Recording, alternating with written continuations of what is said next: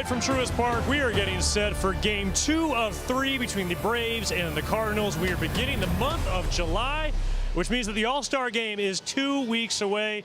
Wiley Bowd alongside two of perhaps the greatest All-Star snubs in the history of the sport. Official. What was it, a political hack job? What happened? Second half All-Star every year I was, but just couldn't get it done in the first half, unfortunately. First 2 months for me, that's it. Got it, okay. Well, between the two of you, we've got one All-Star. Yeah, we do. But today you guys get to exact some revenge. We're going to treat you like the All-Star Admissions Committee, okay? So I want to take a look at some resumes, and I want to get the verdict of who should be admitted as an All-Star. So let's begin with the first base position. These are blind resumes. You got player A on the left, B on the right.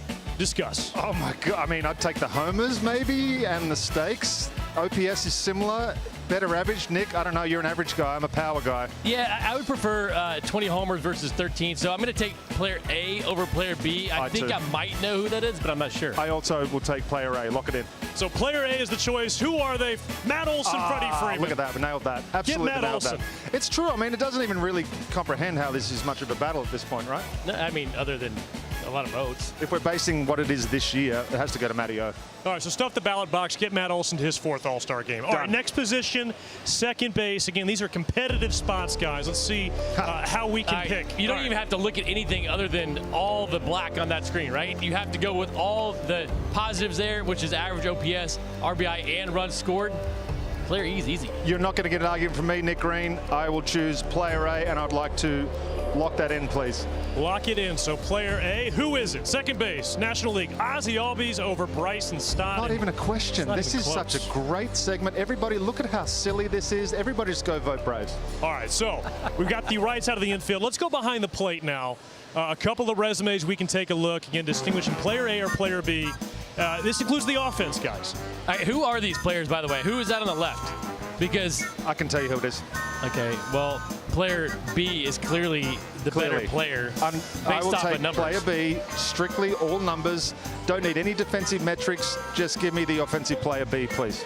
You'll take the run support as a pitcher, Peter. Correct. You got it. All right, let's reveal it. Catcher, player A, player B. Will Smith, Drake Baldwin. We nailed it. Nailed it. We nailed it. You guys are making this I got to be easy. honest with you. Thank you for everybody who set this up, because most times when you do this, it's usually like a college football thing where I really struggle. This I can do. Basic numbers I'm okay with. The RPI scares you, though. I don't know what that is. All right, we're going to move on. Outfield. Let's talk outfield now. Player A, player B. Gentlemen, this is a little more split here. 82 hits versus 71. 17 homers. I like homers. I like homers too. I don't know. Kind of like the average of homers. I'm taking player B. That might be the wrong answer. Yeah, I'm with average and homers. I'm all on that. All right, player B, player A. What do we got?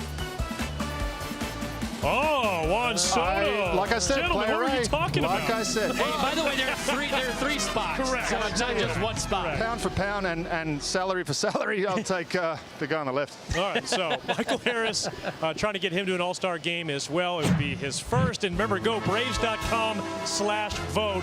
Vote Braves for 33% off tickets.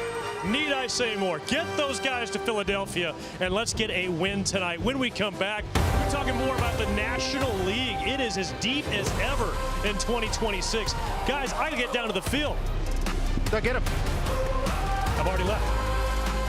We got more coming up for you on Braves Vision.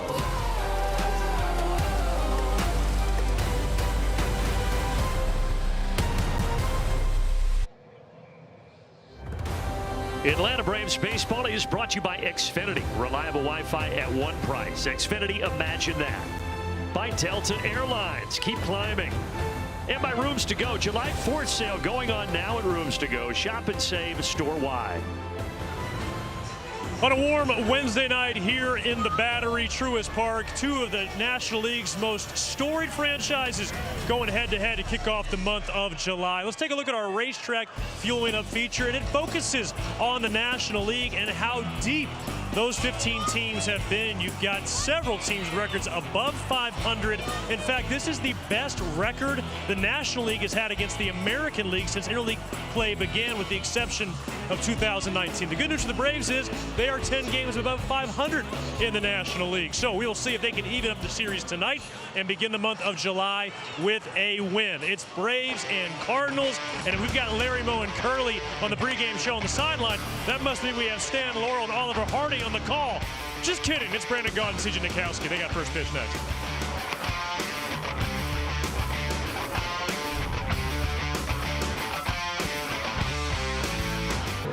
And the Bravos taking the field here at Truist Park on this Wednesday night as they try to even up the series against the St. Louis Cardinals.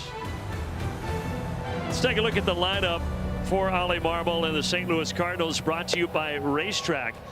See Church hitting 7th. Last night he hit 9th, but he was the difference maker. 3-run homer in the 4th inning, and the Cardinals would win that game 5-3.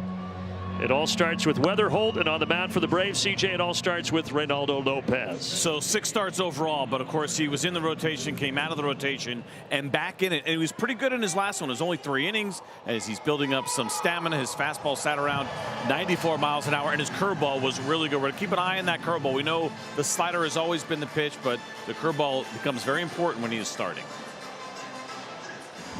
So just his second start, as CJ said, since back in April. 3 innings last Friday against San Francisco, 57 pitches. What will tonight bring? First pitch is a little bit outside. CJ, how about your Ford keys tonight? I think for Ronaldo, we always felt like he wanted to be in the rotation. So you got to stake your claim and take a hold of this opportunity right now. And we got to flip the script. June was not a good month. We talked about it in the open. It is over. Forget about it. And let's get that reset. Remember, this is still a first place team. Yeah, 2.5 games up despite going 9-14 in June, 4-13 over the last 17 in the month of June. But July is here.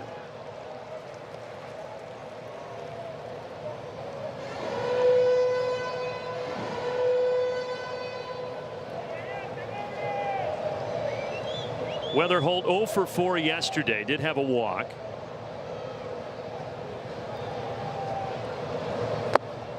In the dirt, what do we know about our friend behind home plate tonight besides the fact that Jim Wolf has great biceps? Yeah, and always go a size smaller on the shirts, make him play up even better. He's been pretty good, right around middle of the road in his 13 games so far. 58% turnover rate on ABS, which is right around league average.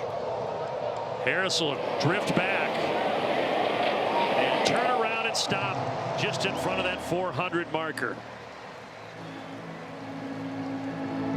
Harris, Dubon, and Yaz in the outfield. Here's the Atlanta Braves defense, brought to you by Racetrack.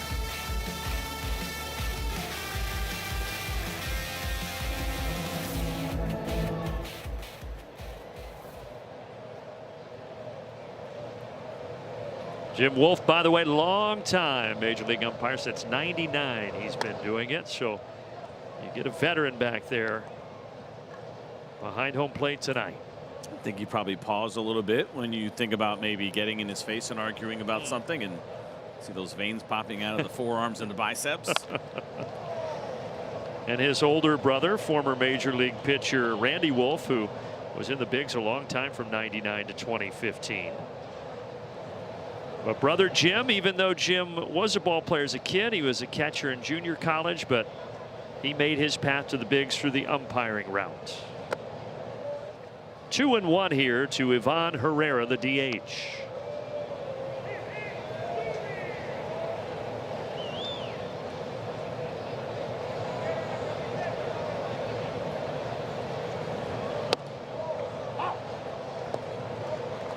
I think you're pretty happy with that right there. If you can see some consistent 95s like we have here early on from Reynaldo Lopez. We know, of course, pre-shoulder surgery, be a 98 in there once in a while, but mid-90s is plenty. What do you think for pitch count today? I'm sure it depends on the flow of the game. But it does, how you get there, right? Because it has been a little bit warm, so it could be a little bit more taxing on a guy. But I think based on what we saw last time, what'd you say? It was 57 pitches for him over those 3 innings. There's no reason why you couldn't push him to 75. Harris is going to try to get over there, but he's not going to make it, and it's going to bounce over the wall for a ground rule double for Ivan Herrera.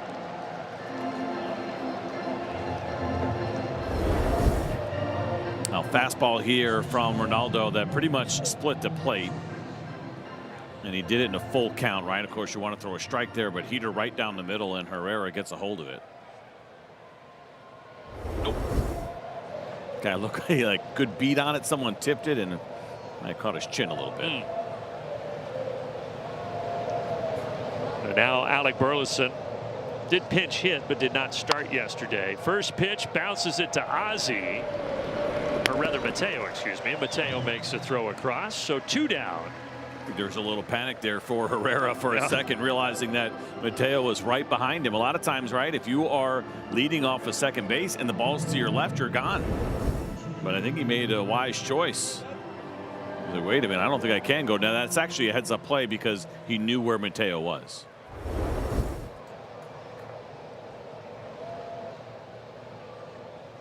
Jordan Walker, line drive, it will drop. They're going to wave him. Yes, comes up firing. Safe. Jim Wolf says that Herrera got the hand in there. Yaz almost can't believe it. I think what happened here is this is a good throw. When it hit the ground, it almost looked like it bounced up a little bit, and that gave Herrera a quarter of a second, half a second, whatever it was, enough to get in front of this tag. The throw was on line, perfectly executed there by Mike Yastrzemski, but just a little bit of a higher hop, and he's able to get that hand in there in front of the tag. So these Cardinals hitters very aggressive, wasting no time. Now Walker goes for second, and he's in there. Mateo wants him to take a peek.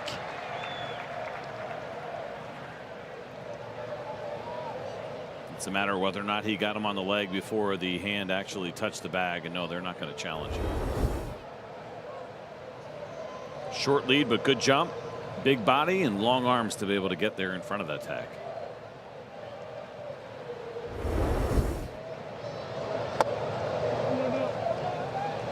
Left fielder Lars Nootbaar is the batter. He had a couple of hits yesterday in game 1 of the series.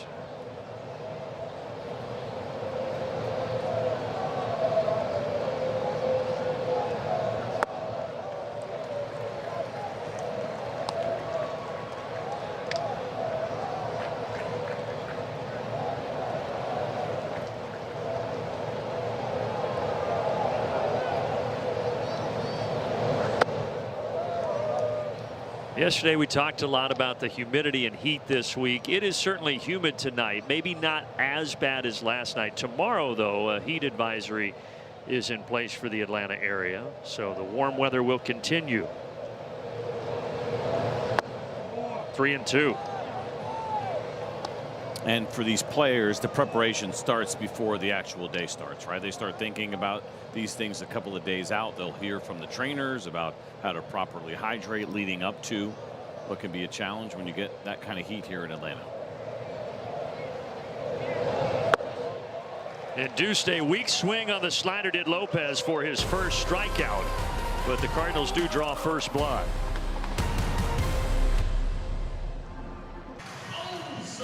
But Drake Baldwin going to lead off again here. He did have a hit yesterday, 1 for 5, as he tries to work his way out of the slump. Racetrack bringing you the Atlanta Braves lineup here tonight. On the mound, Michael McGreevy, the former 18th overall pick 5 years ago for the Cardinals, and so far pretty good season for him despite the 3-6 record. Yeah, he's been excellent. He hasn't quite gotten that run support yet, and even though it's the 4-seam fastball that he uses the most, that pitch only sits around 92 miles an hour. The changeup 2-seam combination has been really good. 181 the batting average against the changeup, 180 against his 2-seam fastball.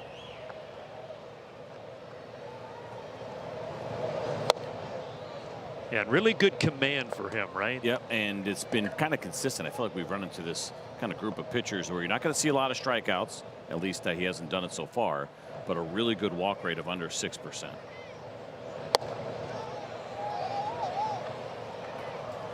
Check down, he went according to Roberto Ortiz, 1-1.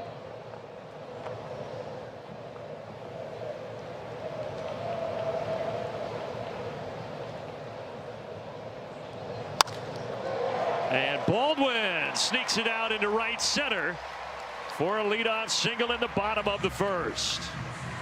I think he broke his bat, but it died a hero. Tell you what, the coverage here for Drake Baldwin, something we talked so much about those first couple of months of the season. Watch where this pitch ends up.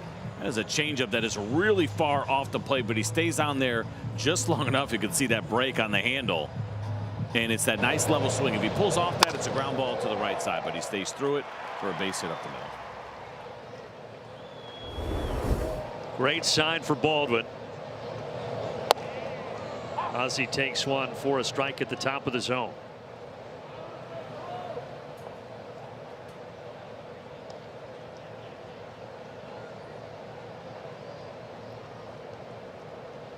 Ozzie drove in 2 of the 3 last night for Atlanta. This ball is crushed to right center. It is off the wall. Baldwin hustling, and they're waving him home. The throw is cut off, and now Ozzie's in trouble. But the ball game is tied. Drake's saying, what happened? Unfortunately, Ozzie is out, but 2 batters in just like that, it's 1-1. Yeah, so here's the thing. There's 2 ways to look at it. I think it's an aggressive send from Tommy Watkins, but we also know where the offense has been lately. And then the throw was offline. Now, McGreevy thought this was a home run. The expression for him told him that this ball was out of the ballpark, but it ends up hitting kind of right where the brick and the padding meet. And then this throw ends up being a little bit offline, which is likely a good thing, because I think it was online. There may have been a play at the plate that would not have gone in the Braves' favor. But Ozzie going to third there forces them to cut it and give you the run. So, yeah, in a perfect world, Ozzie's at second or third and the run scores. But the way things have been going lately, I think you'll take that exchange right now. So early action tonight for both teams.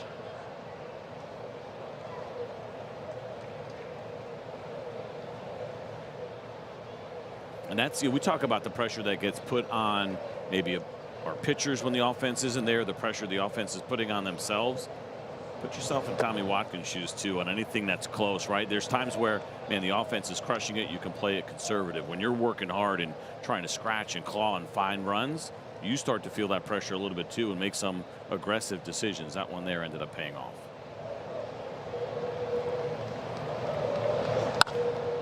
Olsen bounces it toward the middle. Diving stop by Wynn. And a good play from a good defender.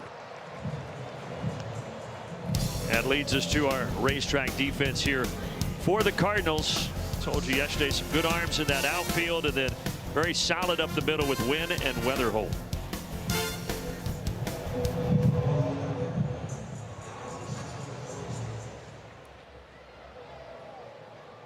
Game number 600 of the career of Michael Harris II here tonight.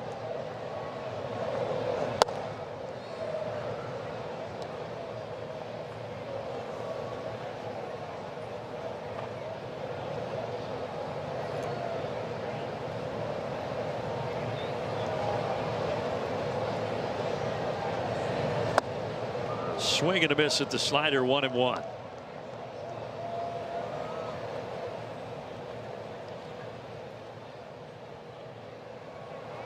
Hard to believe already 5 years for Harris now. Burst onto the scene back at 22 as the Rookie of the Year in the National League. And here we are at game number 600 already in his still relatively young career. We're getting pretty close to that time where we're going to look at that calendar year for Michael Harris after the adjustments that he made last year and where he is now. It has been pretty incredible, and he has continued to crush. Hits that hard, but there's Wynn again. Hard to sneak anything by him. But the Braves do tie it 1-1 after 1.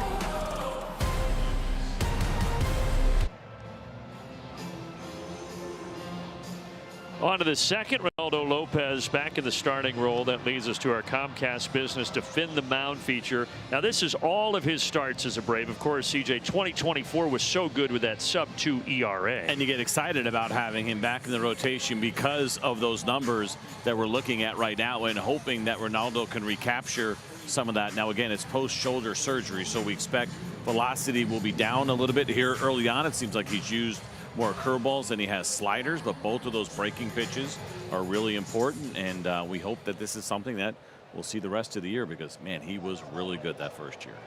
And remember, when he stepped into that starting role in 24, he won that job out of camp, and he had not been a starter since 2019. So a lot of back and forth for Reynaldo Lopez in his career.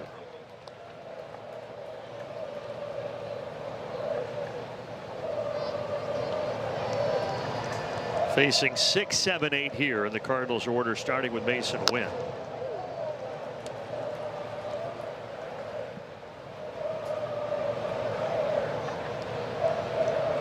I can hear, just like last night, some of those England soccer fans have made their way to Truist Park after their country's win earlier today in downtown Atlanta. That's pretty cool. Yeah, it's pretty awesome, right? I mean, the idea that you get to go to a different country to watch your team and your sport, but then go ahead and experience some sports maybe that you haven't seen very much, like baseball and these other things that we have seen from these fans all around the country. Get your Braves country shirt. England is Braves country. Who knew? If you didn't see their match against the Congo, they had to come back late and win that 2-1. So it didn't look good for a while, but those England fans are no doubt happy here tonight. This is a doubleheader for this group. That's huh? right. Wow. We're thrilled to have them here at Truist Park. I wonder kind of what the knowledge level is as far as what's actually going on the field right now, but I do love the passion. Yeah, the energy, right? They're bringing the juice. What's that? There's beer there, and I get to watch people do some sporty stuff. Of course, the U.S. men's national team, they kick off here in about 30 minutes against Bosnia out in Santa Clara. There's a couple of fans back there wondering how they ended up in the England soccer section. Say, you know, we actually sit down for most of the game. We get up when something happens.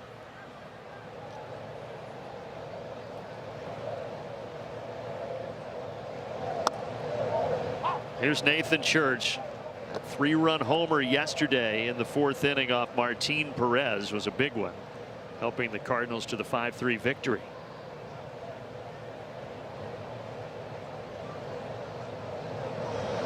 Martin talked about that home run last night after the game and specifically was mentioning sequencing and kind of second guessing himself a little bit and feeling like he probably should have shown Church hard in at one point before he actually went to that really good changeup that he has. We know how effective it has been to both lefties and righties, and the one thing that was on his mind was how he ultimately got there.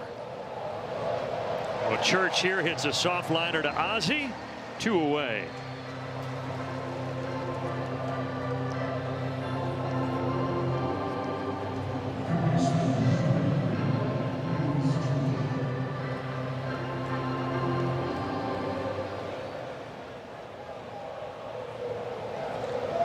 Now the rookie Blaze Jordan played first base last night, but at his more natural third base position here this evening.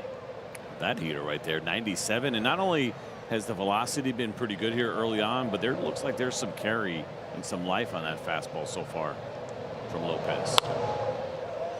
And 97 again. Well, he told Wiley, right, this is his weather. Talking about how in San Diego, where did he start, right?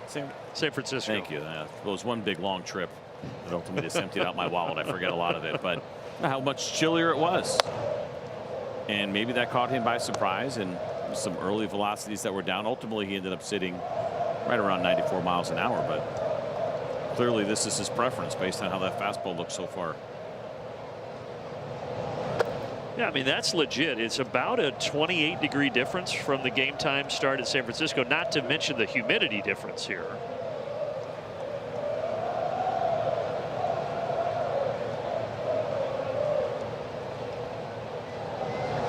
Struck him out. 1-2-3, top of the second for Mr. Lopez. All 3 punch outs tonight on the really good Reynaldo Lopez slider. It's back.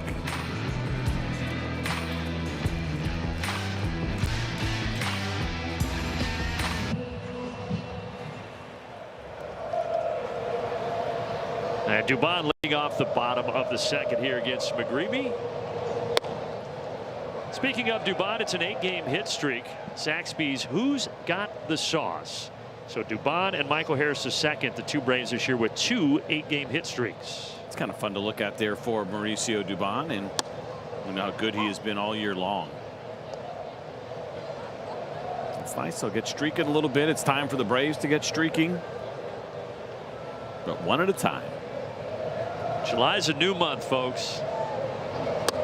Inside, 2 balls and a strike. You can tell Walt was tired of talking about it last night, understandably so.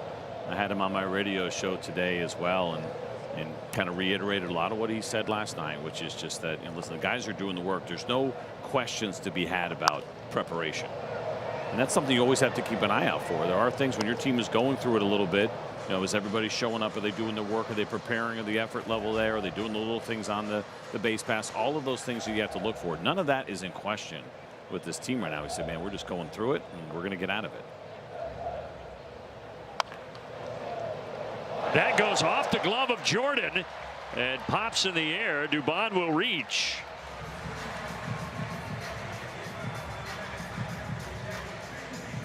Just the 17th big league game for Blaze Jordan over there. Mauricio does it against the high changeup, not necessarily the location that they wanted, but he got the ground ball. And off the heel of the glove and some flinching as well. And see how they rule it. I guess probably an error. Is pretty high hop. It is an error. So Dubon does not extend that hit streak yet. The DH tonight, Dom Smith.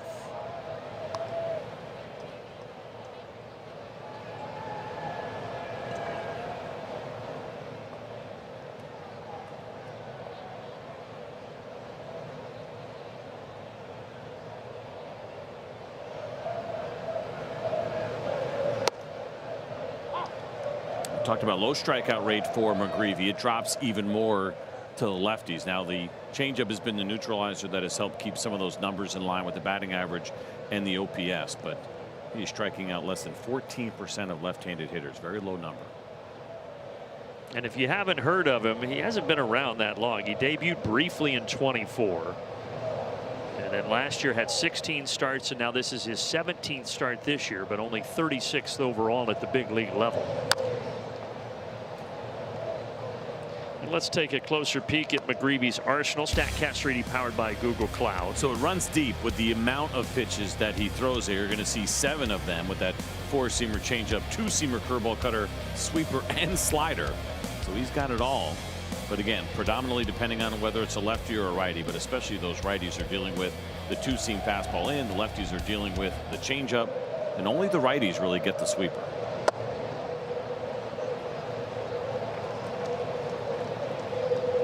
So even though Dom Smith goes in his meeting today and they say, hey, this guy's got 7 pitches, but go ahead and take the 2-seamer out, take the sweeper out, take the slider out almost, because he barely throws it to lefties. And here's what you can get locked in on: a couple of pitches that you're likely going to see most of the time.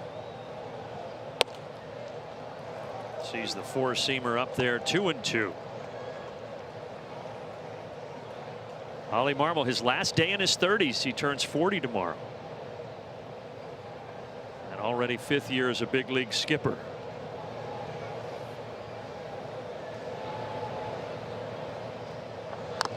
Give him some credit. I didn't think Ollie Marmol was going to be able to hang in there based on how things had gone the last couple of years. There were some changes up top with Hein Bloom taking over, but they stuck with him. They believe in him. They gave him an extension, and he's got his team playing really well this year. The first season they won the NL Central in 22, but they have not been to the playoffs since. They're 6 games over right now.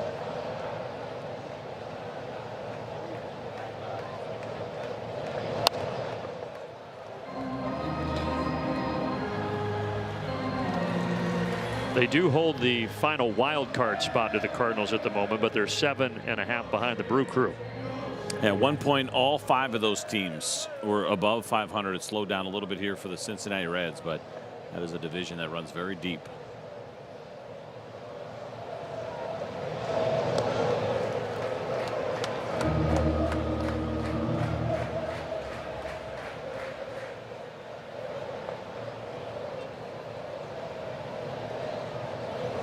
Eighth pitch of the at bat here. McGreevy to Dom Smith. And he locks him up.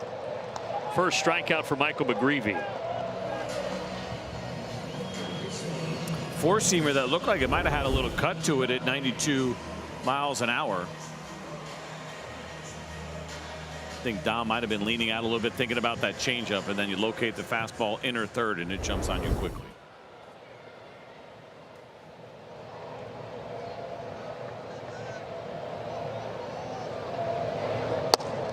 Saw those beads of sweat just racing down McGreevy's face. He's frequently having to wipe it on his sleeve just like that.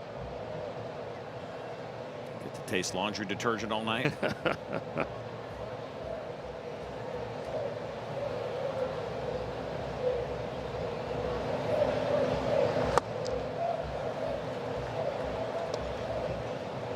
We talked about the catching situation here with the 3 active catchers. Herrera back there last night has not thrown out a base stealer yet. Jimmy Crooks, this is only his 11th start.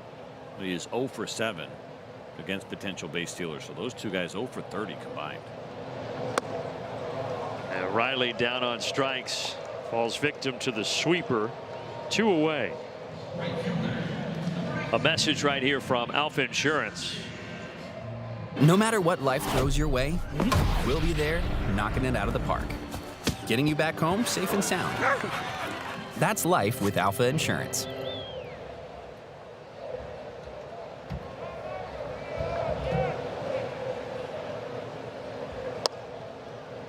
Chipper Jones was down on the field before the game, and he stops by from time to time, but was spending quite a while talking to Austin Riley before the game, looking at the iPad after his batting practice swings and breaking things down. And I'm not saying that that's going to turn everything in the right direction, because Tim Hires does a great job, but you know Austin's feeling it right now. Yeah, and Tim absolutely likes having a guy like Chipper Jones around and understanding that there are a lot of different ways to talk about sometimes the same thing.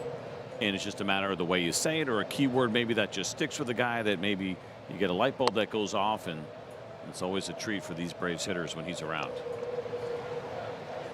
The other thing Walt did say, by the way, today was the idea of drastic changes and not feeling like that needed to happen really with any of these guys that are struggling. But it got me thinking about Michael. There were some pretty significant changes in what he did mechanically. I don't think anybody there is there right now, but something to keep an eye on.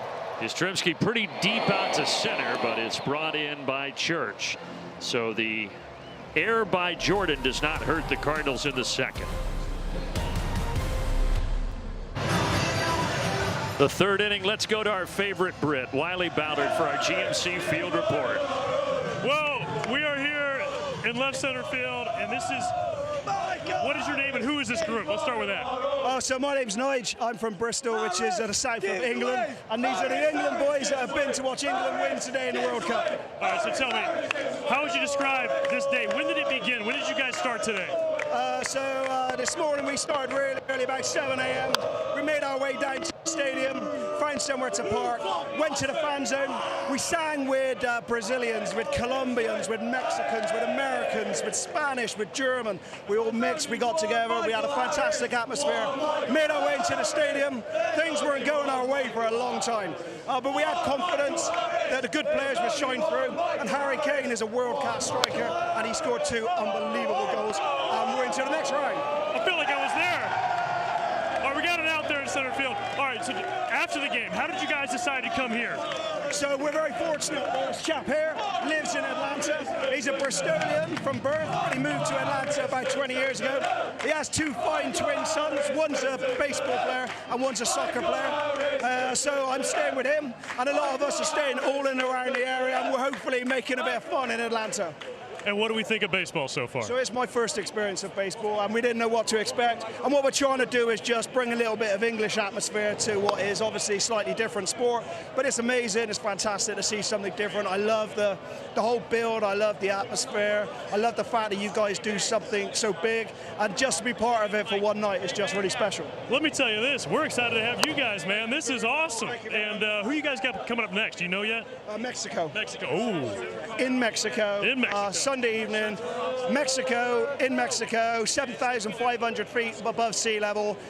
Yeah, I don't really fancy our chances, but hopefully we can go there and we can maybe pull off a surprise, because it's not often that we're the underdog, and we will be the underdog, so you never know. You never know. Well, you mentioned the altitude. I feel like this group's pretty well hydrated today. Oh, very, yeah, but not with water.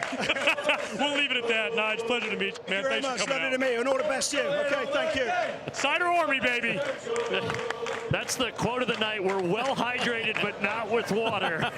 Was that 7 a.m. first drink? Did I hear that correctly? Yeah. When they got kind of things started out there. So we're past the 12-hour mark for that group. Oh, man. They're getting it done.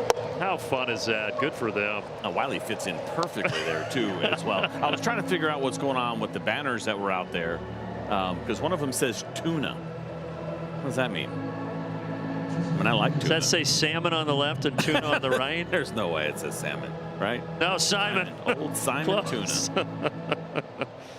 But they're making the. I would assume they're making the trip to Mexico. This is just like, hey, I'm leaving my country. I'm following. I think they're my all World Cup in. team around as long as they're going wherever they're going. That passion and that energy, how contagious.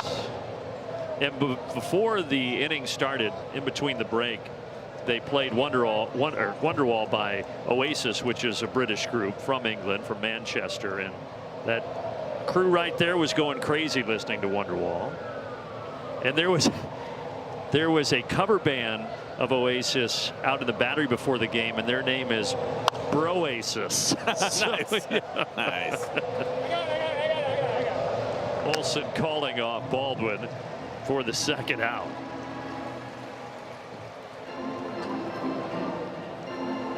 Well, we're glad to have them.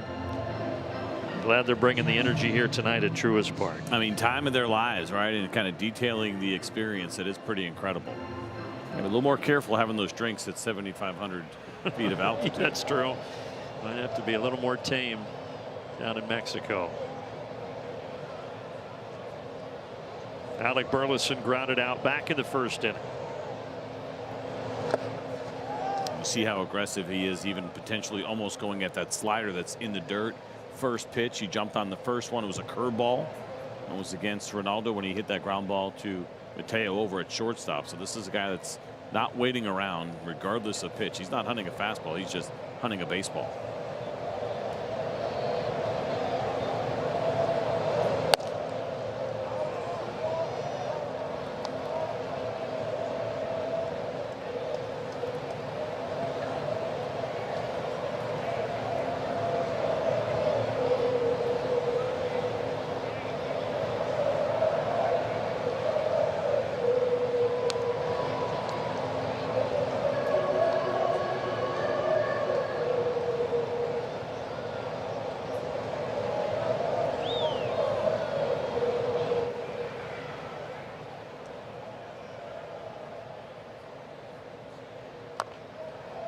Right out in front of home plate. Baldwin hustles to it and makes the play. Olsen avoids Burleson, and we are headed to the bottom of the third. The British are coming. Well, the British have arrived. They are here, and they are happy about their country's 2-1 victory today.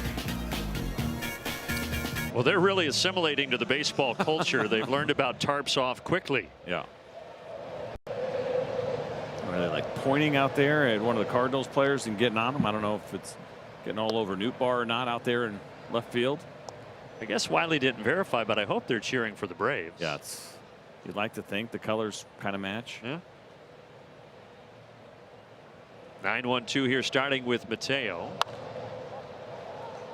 High into the air, right side of the infield. One away. Let's check out our best coverage brought to you by Alpha Insurance. So you go back to 21 World Series season from July to September. Usually as the weather warms up, the Braves warm up. We like it. Little mojo kind of working in favor of the Atlanta Braves. They need it right now. It's a trend that we would absolutely take here in 2026. Well, this guy helped the cause with the leadoff single in the first, and he came around to score on Ozzy's double.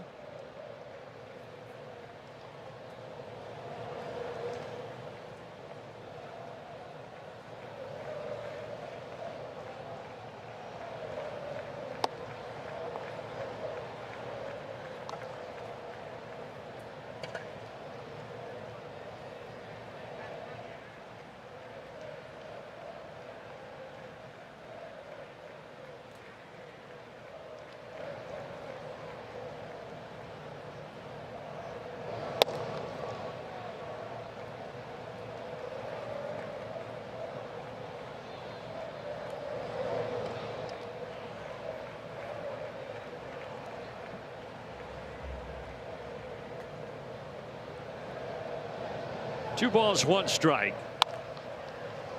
And over Jordan, kind of in that shortstop position to make the play.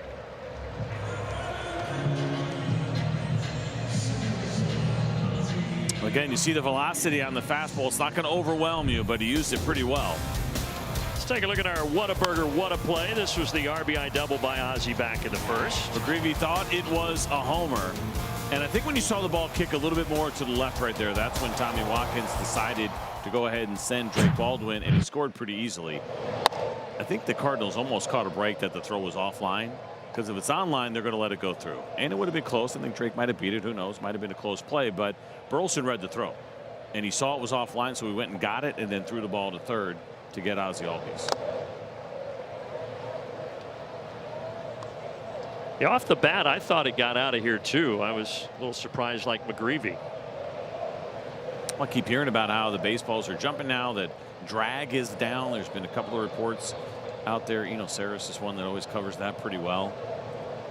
He seems slightly obsessed with drag on the baseball sometimes if you've seen some of his stuff, but it's really good. They dig in really deep, and there's been a lot of talk now about the baseballs carrying a little bit more at this point in the season than they were earlier this year.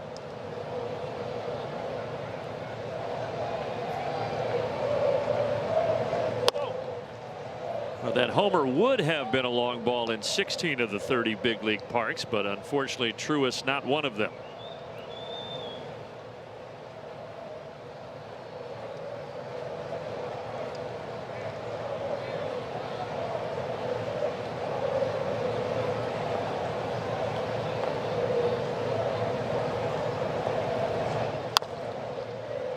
(3-2) and remember, not a ton of 3-ball counts usually for McGreevy with his very good command that he's had throughout his young career.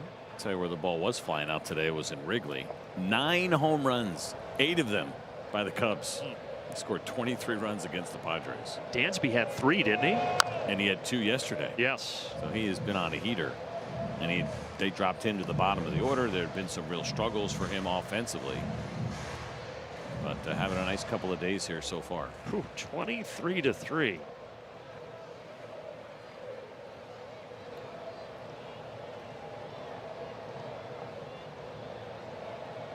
Payoff pitch.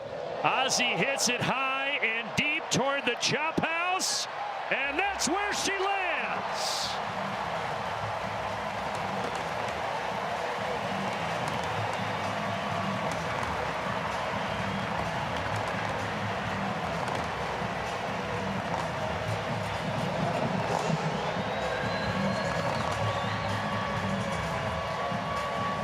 He just missed the homer in the first inning, had to settle for the RBI double. He didn't miss that one. He sure did not, and exactly what the Braves needed here. A couple of good swings early on from Ozzie Albies. 92-mile-an-hour fastball. Looked like he tried to do what he did to Drake Baldwin, was get up high and try to beat him to the spot, but Ozzie got the barrel out and hit it 380 feet into that chop house. On the 7th pitch of the at-bat to give Atlanta the lead here in the 3rd inning.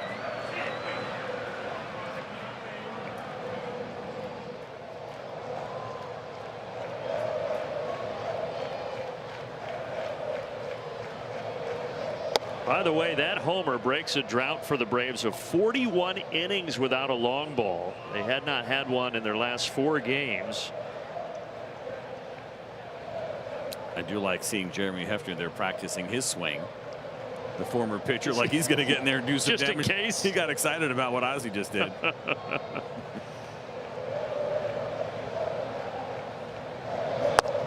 And downstairs, 2-1 to Olsen. Yeah, the previous home run by the Braves before that Ozzie one was a Joey Bart homer in Wednesday in San Diego.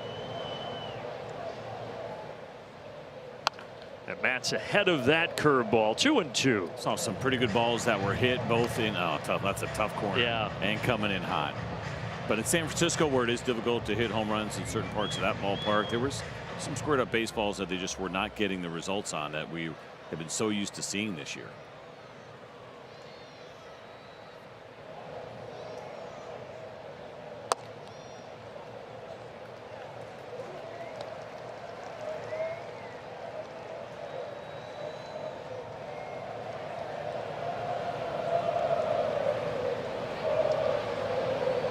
So another full count.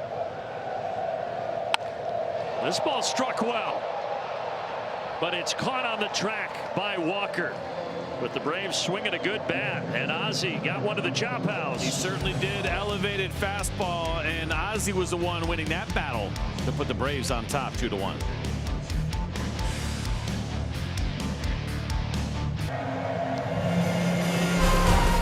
Atlanta Braves baseball is presented by Truist. 2-1, Atlanta leading it. Ozzie Albies has been the story this series. He's now driven in 4 of the 5, including that homer. And now Lopez back to work against Jordan Walker.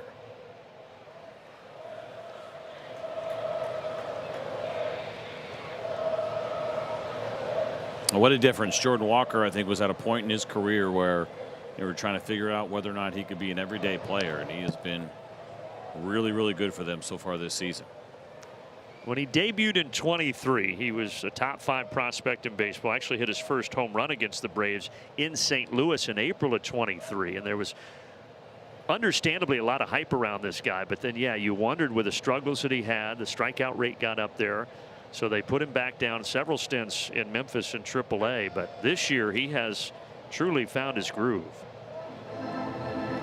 You wondered if the league had figured him out, right? That's kind of the pattern that we see in baseball. You get a young player, gets there. Now it's a little bit harder because information travels really fast. But you do some things, you grab some attention, people are watching you closer, they adjust, then it's up to you to adjust. Looked like he was having his issues, but he's cut down on those strikeouts. The walks have stayed about the same, but he's now shown better power than he did that first rookie year.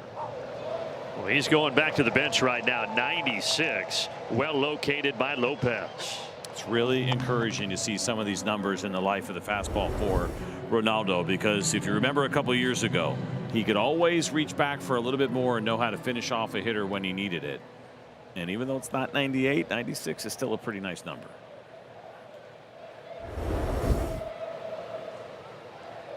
'50th pitch here for Lopez. And we mentioned it last night, and Walt Weiss reiterated it before the game today, that Hurston Waldrop is available out of the pen here tonight if need be.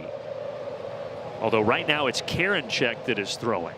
Is he throwing or is he doing his dry drills? He might be doing. We got to keep an eye on drills. him. We know he's a little bit of a fidget. He's got a left-handed brain with a right-handed arm. Yeah, he's just going through his dry warm-up routine. He got me on out on the road one time where I thought he was warming up, and he was just doing what he likes to do. But anyways, Waldrop would be available if needed. If not, Waldrop could start tomorrow, or Holmes could start tomorrow. That's still a decision yet to be made. I think the way that they laid that out there tells me that they'd like Hurston Waldrop to get the start, but they also feel like if they need him, they need him, right? You got to win the game that's in front of you right now, and it's not an ideal position to be in for a pitcher, but it really doesn't matter at this point. You got to figure out what is best for your team, and everyone kind of has to go along with it. Nobody has set that example better than Martin Perez. Ronaldo has done it as well. But for a guy like Waldrop, I'm sure he'd love to earn that spot in the rotation, be able to take the 4 days, 5 days in between, depending on what's going on with the rotation. But right now, it's be ready for tonight and potentially be ready to start tomorrow if you don't throw tonight. There's another strikeout looking. This time 95 to freeze Lars Nootbaar. And while I get a little excited about seeing the velocity, it really is about the location as well, right? And effortless from Ronaldo Lopez. The previous strikeout to Jordan Walker. Same thing that we see here with Nootbaar. That's a good spot down and away. So 5 strikeouts for Lopez. And he struck out this guy Mason Wynn back in the 2nd inning. Won't strike him out here, but he'll take this. A nice 1-2-3 frame.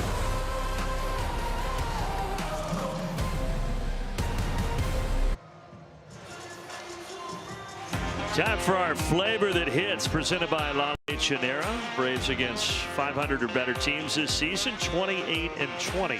Yeah, it matters, right? And what they've done against the good teams, and a reminder how good this team has been. And impressive when you look at the other 2 teams that are involved and what the Braves have posted with that run differential against teams that are better than 500. And those 2 teams on there with the Braves are the 2 teams that have reached 50 wins this year overall, and the Braves still sitting on the doorstep of 50 at 49-34.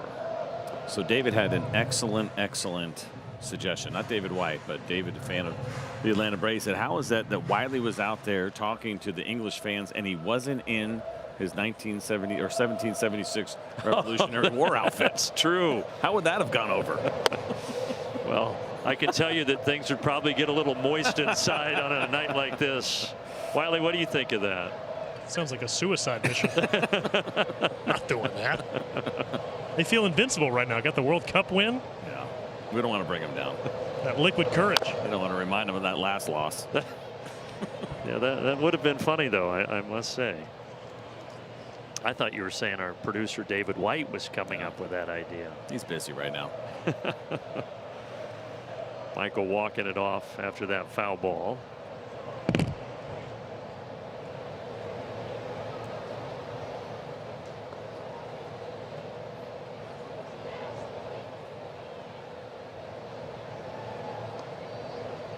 Jim Wolf giving him plenty of time, checking on him.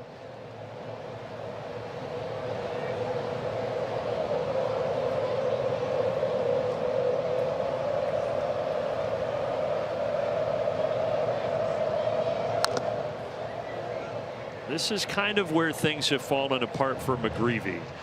Innings 1 through 3, a 1.31 ERA. Once you get fourth inning and beyond, 5.23. Now that's skewed by a couple of bad outings, but hopefully now that he's going through the order the second time, Braves can continue to get to McGreevy. I think part of that is that while he's a good pitcher, his stuff is not overwhelming, right? So if he's not on, and you see a fastball there that's on the corner, becomes important. That's not a pitcher going to get away with if it catches a big part of the plate.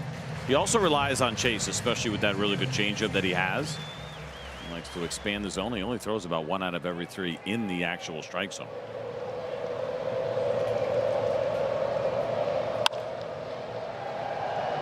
Bouncer to the second baseman, Weatherholt, and Michael's 0 for 2.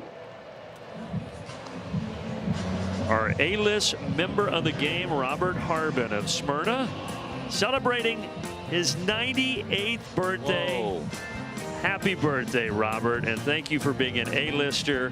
You are no doubt our A-list member of the game. In fact, I'm declaring him the A-list member of Independence Week here at Truist Park. Wow, that's incredible. And the soccer jersey on, apropos for tonight. Wow, 98. That is incredible. And looking good, Robert.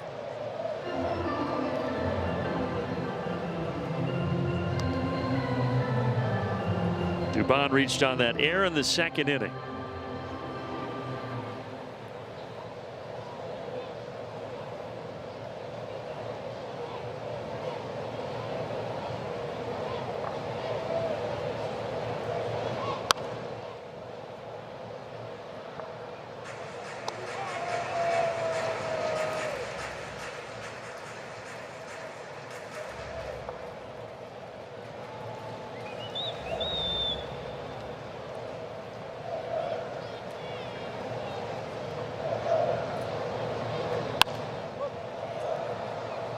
Weatherholt back, and he's going to call off Burleson and make the catch.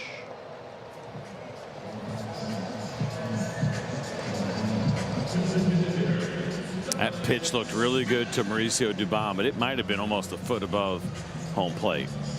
That's where you can use, if you're not an overpowering guy, that kind of stuff to your advantage. If you have some anxious hitters, they see that fastball and eyes get big. But look where this thing is. By time Mauricio Dubon makes contact with it. It works for the second out for McGreevy, and now Dom Smith. Teammates and coaches of McGreevy have already figured out his future, by the way. They say whenever his pitching career is over, he's going to be sitting in your chair, not necessarily your chair. Let's keep him in St. Louis. But that he is going to be a broadcast analyst. So we had him on maybe about a month or so ago on radio. He was an excellent guest, and you pick up on those kind of things pretty quickly. Good personality, very positive. Even though he went to Santa Barbara, which is where my radio partner went, Ryan Spielborg. So every time we have a USCB guy on, or is it USSB, whatever the heck it is, he's a gaucho. That's what I got to keep hearing about, all the gauchos. And this year in the draft, the best college pitcher also apparently coming out of Santa Barbara. So, well, this Santa Barbara pitcher is going to have a 1, 2, 3, 4th, but he trails 2-1 as we go to the 5th.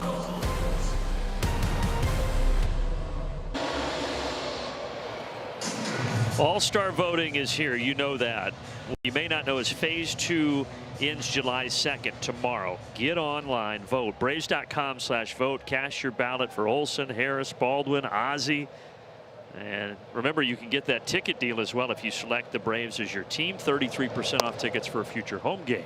That's the last time I'm going to bring it up today because I feel like we talked about my radio show more than I am comfortable doing. Ozzie, of course, is leading. In second is Bryson Stott. We had Bryson Stott on today, and I'm pretending like, oh yeah, good luck making the All-Star game. I'm like, I hope you don't make it. And Ozzie has a really nice lead and should. He is the guy that needs to be representing the National League and the Atlanta Braves in Philadelphia over at second base. And with a homer tonight, Ozzie, 13 homers, 48 driven in. It's been a really solid first half for the Braves second baseman. It's just good to have him back, right? Everything he went through last year and kind of dealing with some of those injuries. And that was the other thing that did come up today with Walt, that he was making excuses for nobody. But wondering about, is Austin in a somewhat similar position that Ozzie was in a year ago, and you're first trying to work through it based on the injuries that he had last year, especially to the core. That is something that certainly is important. And if it was, you'd never hear Austin say a single word about it, right? That's the other thing. And my goodness, with these guys today. Yeah, 0 for 2 down the line. A couple of E10s. We're all trying to get our acts together. That includes you fellas. I think they're saying something about me. Oh, you can see he's frustrated. Yeah, that's right. Yeah. I like the pride. You need to have a little bit of pride in this. Over toward the gap. Yaz is there.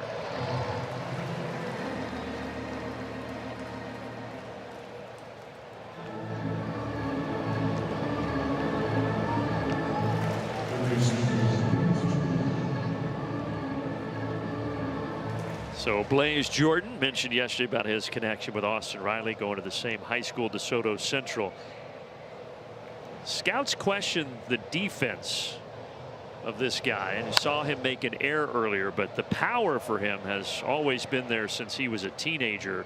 He supposedly, and it's been verified by a few writers, hit a 395-foot homer when he was 11. My. And then at age 13 at a Derby showcase at Globe Life Park in Texas, he supposedly hit 2 homers that were estimated at 500 feet. Now that's an aluminum. You said when he was 13? Yes. Now that's an aluminum bat. Yeah. And it is an estimation, but that's what the people there at the Home Run Derby showcase said. Point being, he's got the power, and he's had it for a long time, but he grounds out here. Bigger than everybody else, right, for a long time, but still impressive that he was doing anything remotely close to that at 13 years old. Remember when Prince Fielder was, I think he was 12. I was teammates with his dad, Cecil, in Detroit, and he was hitting baseballs out of Tiger Stadium, and that was a big deal. And now these kids just keep getting bigger and stronger. Man, I loved Cecil growing up. Yeah, he was great. Fun teammate, great hitter, power hitter. So good guy. He always seemed like a good guy. Always. Actually have a Cohiba Cecil Fielder cigar. They had made him some labels of his own. He's a huge cigar smoker. Kind of a little cool little thing I have in the collection. Never to be smoked. It's also like 35 years old, so I don't think it would smoke very well anyway. Big Daddy, Cecil Fielder. And he could hit the ball a long way when he got a hold of it. My favorite stat between him and Prince is that they finished their careers with the same exact number of home runs. And that number is? I want to guess 393. I'm going to go check. Maybe 339. 319. 319. Meanwhile, Reynaldo Lopez is trying to make it 8 in a row retired here, as he faces Jimmy Crooks at the bottom of the order. And look at that efficiency after the first inning, as we showed you that right there. And that's how you get to this point for Ronaldo, where he has been in command. And I thought, okay, 75, can you get through 5? Well, if he finishes this one off and keeps it under 70 or at 70, there's going to be a temptation to send him back out for a 6th inning.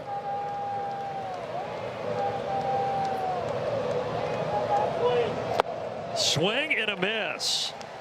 6 strikeouts, 5 solid innings for Lopez. Now the slider came on really strong as his outing went on, and here is another one to generate some more whiff for Ronaldo.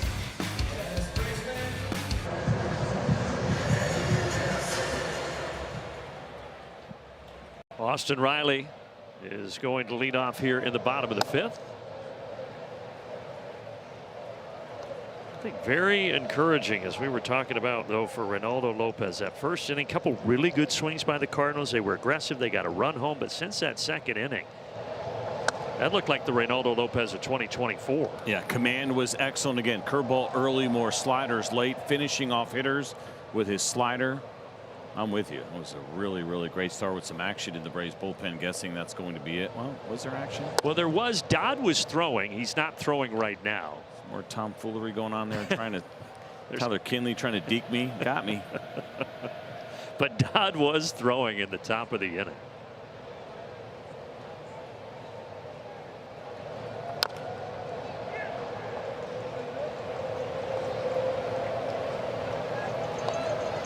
Riley struck out swinging in the second.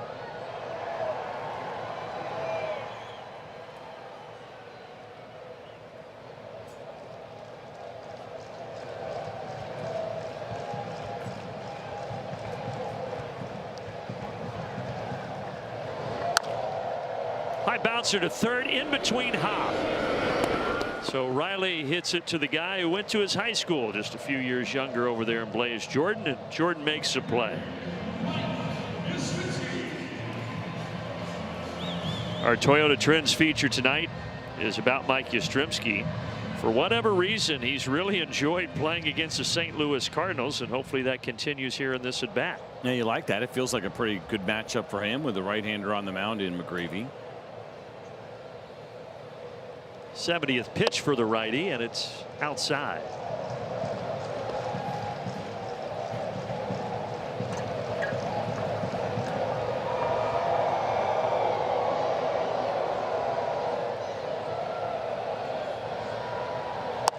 So this is about as close as you can get to a shift right now defensively for the St. Louis Cardinals under the new rules that we have, and that the way that they're playing Mike Yastrzemski right now is that you have basically only your third baseman on the left side of the infield and on the grass. And we've seen this alignment work pretty well against the Braves this year, especially recently.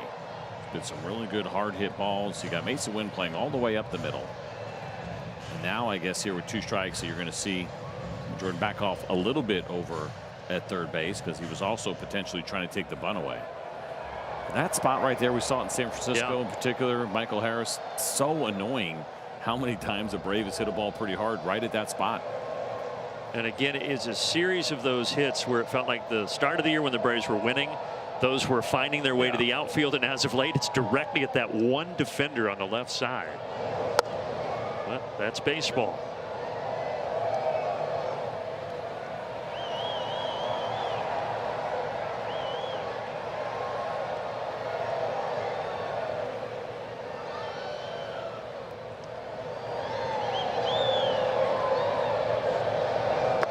Three and two. Dodd has started throwing again for the Braves. So since he had already gotten up and was warming, you don't have to be throwing right away. He knows that. He's getting very comfortable in that role. And so you start to toss a little bit. 1 out, nobody on. Now if Yaz gets on, you always got to be ready for a potential double play in the inning ending quickly. Yaz will reach here. 1 out walk. Here's a quick message from Delta. From Braves country to the world. Delta, official airline of the Atlanta Braves.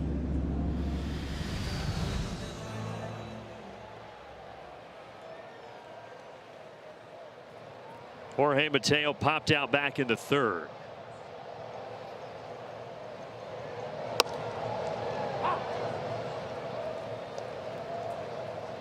Nothing going on right now, but I would not be surprised to see maybe if the Cardinals get somebody up here. It's only 76 pitches. It is a hot night. 94 and 95 pitches total in the last 2 outings for McGreevy. But when you see a walk for a guy who doesn't walk guys very often, you see some of that kind of heavier breathing. You can see how much he's sweating. Like, that's a face that tells me he's getting tired. So 76 might feel like it's closer to 90 on a night like tonight.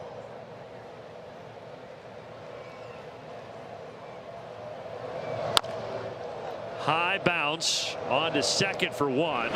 They will not get Mateo. So 2 down and back to Baldwin in the top of the order.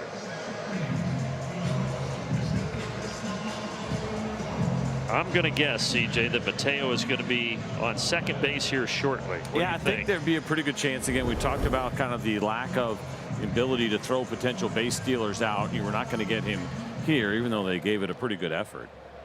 The only other part, too, is that I'd love to see Drake get a hold of a mistake. Right, we talk about some fatigue right now, so you got to feel really confident that you're going to make it. Because if he hits a ball in the gap, we know a guy like Mateo is able to score with his great speed. He stole a base last night and helped to manufacture a run.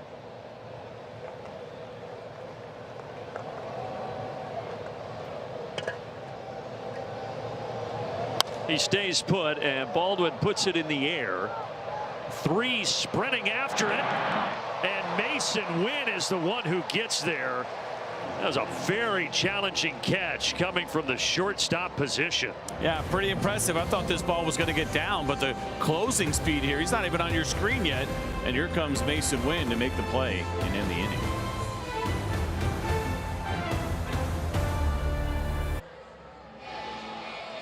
As we go to the 6th inning, you may be asking yourself, can it get better than the Braves the 2-1 lead on a beautiful summer night? The answer is it most definitely can. You could be right here in the Delta Sky 360 Club, where they've got free food, some cocktails available for purchase, and best of all, guys, there's really comfy seats.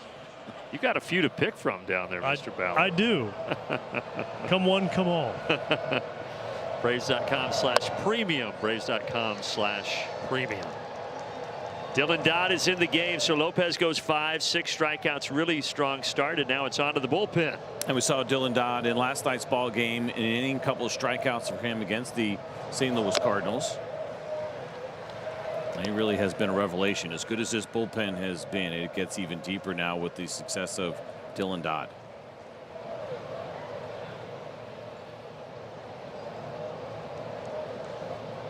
Top of the order, J.J. Weatherholt.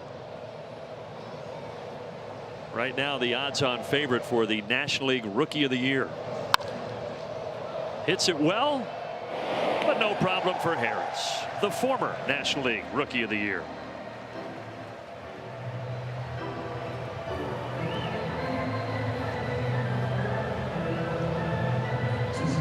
You know, I went back and looked at the top 10 picks from that 24 class, of which Weatherholt, CJ, was number 7.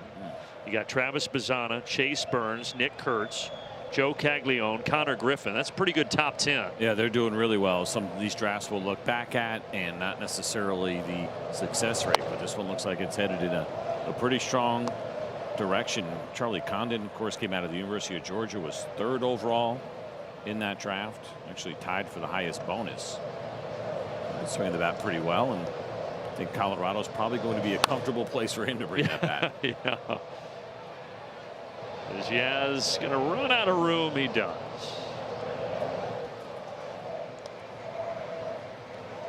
He's got 18 home runs and a .994 OPS there in Albuquerque, which I'm pretty sure you've heard me say before is the greatest place on earth to hit. Everyone, of course, knows about Colorado. I'll take your Colorado and raise you in Albuquerque, where no pitcher wants to go. God bless it. Should be illegal.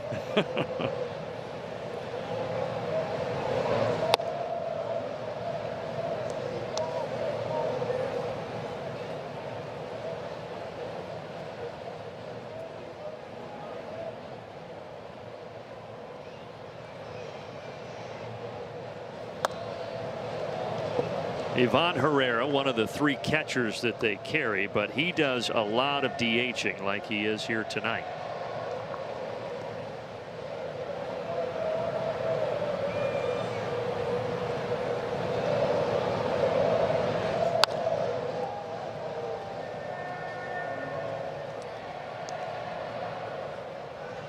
Different watch tonight for John Jay. Oh, he switched it up.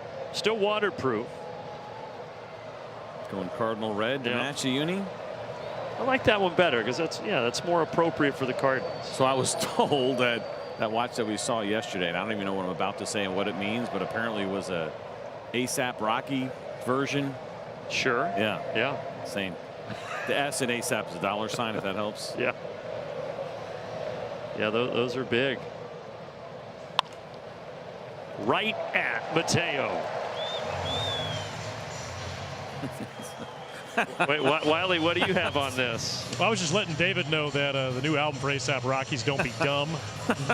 And I think he felt the need to share that with the rest of the Braves audience. So, yeah, Don't Be Dumb, A$AP Rocky. Give it one listen. It was earlier this year, but might be worth a listen, especially for you, CJ. Yeah, sounds like it. So a little peek behind the curtain. The way a lot of times that works is when Wiley comes in is they're going to let us know. And so you and I finished our old man conversation about A$AP Rocky, and he goes, Wiley's got more on this. I'm like, oh boy, here we go. Wiley's going to educate the two old geezers in the booth.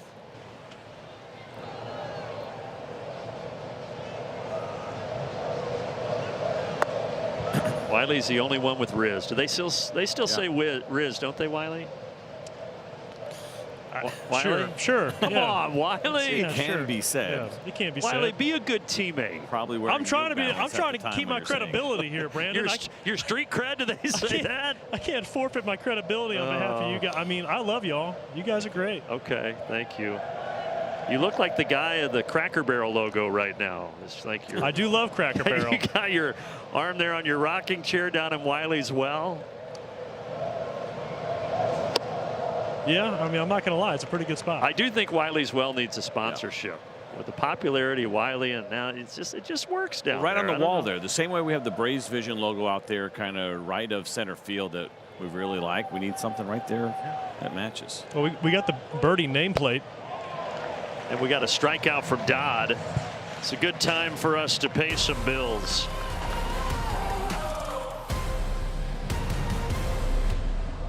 People like cold beer.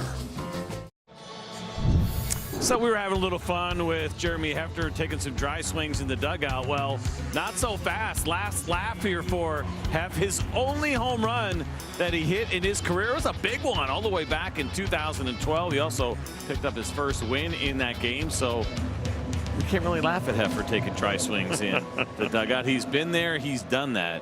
He's got that kind of pop. He's done an excellent job here with the Atlanta Braves. What a treat it has been for us to have Jeremy Hefner here. And all these years later, he's the ripe old age of 40. After the last 6 seasons as the Mets pitching coach, yeah, he's been a gem and a treat for us to get to know as well. Should we give credit where credit is due? As we were kind of joking, at least I was joking about him taking those dry swings. Well, it's like, hey, remember, he actually hit a homer when he got his first win. So we had to go find it. We did, and it's a cool moment for Hef. Good job by our crew digging that up. They don't miss much. They didn't do anything. I dug it up and I texted to him. Oh, okay. Well, then never mind. And the trucks, yeah, they're still good though. We like them. Ozzie bounces it, but it's going to go foul.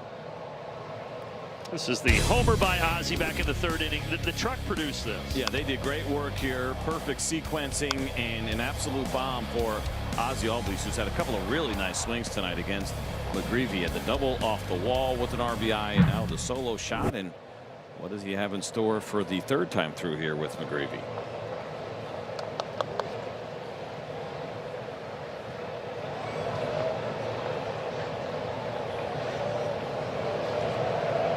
That is the last hit for the Braves. That homer by Ozzie. He's got 2 of the 3 hits tonight for Atlanta.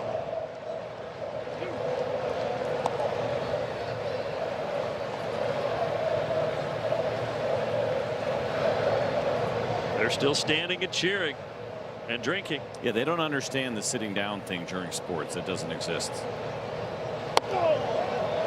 Yeah, he could not stop. The cutter gets him.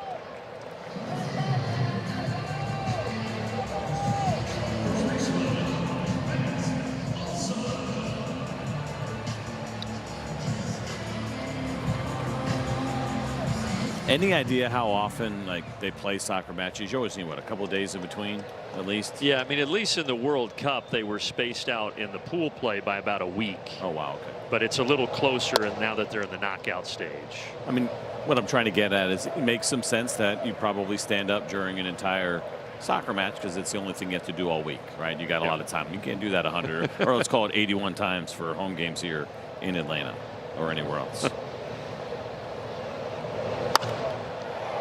High into the air to right center. Just missed it. Got underneath it. 2 down. How about a message right here from our friends at Yamaha? Introducing the world premiere of the 29-foot series from Yamaha. Got excited. I wasn't sure which way we were going to go there with Yamaha. That one's, then we're going to see a four-wheeler. We're going to see, they make, I think, drums and a boat. They got all kinds of fun stuff. Everything. Now, there is action right now in the Cardinals bullpen, but they're not throwing. They were throwing, but they've kind of stopped now that McGreevy has 2 outs here in the 6th. Brule and Rajic.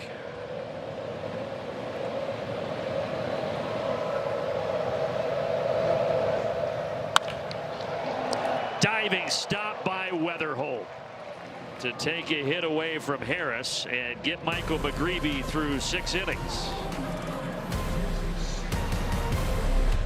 Is Monday, July 20th. The Braves will be taking on the Pirates. The day includes a special meet and greet with characters from Daniel Tiger's neighborhood, including Daniel Tiger, Miss Elena, and Katarina Kitty Cat, plus a Daniel Tiger ear headband giveaway. So visit Braves.com/Kids Club to get all of the details. Do you say details or details? That's a great question. Both, right? Yeah, That's I think one both of those. Work. Yeah. Yeah. Had the pecan conversation again today. Yep. I think they all work. Okay, just checking. This guy's been working this year out of the pen. Didier Fuentes is on for the 7th. 4 wins out of the Braves bullpen, 4-0 so far this year, but more importantly, a really good strikeout rate and that big time fastball. Talked to Walt about Fuentes a little bit today and just kind of the future, and I think it all is in line with what we think, is that the Braves see him eventually as a starter, but also know that that split needs to develop a little bit more, I think, before anyone has full confidence that he's ready to make the jump. And right now he's just a weapon. And this is a great spot, right? When you have Suarez down and that you can use Didier Fuentes here, you're confident with him going through a middle of an order. He's been excellent. And it's kind of an old school development track too, Walt was talking about. Sometimes you'll take some younger arms and actually let them get their feet wet at the big league level in the bullpen before they go into the rotation. He's the right guy for it because of this stuff. He's ahead of Jordan Walker, 1-2. Walker started but stopped.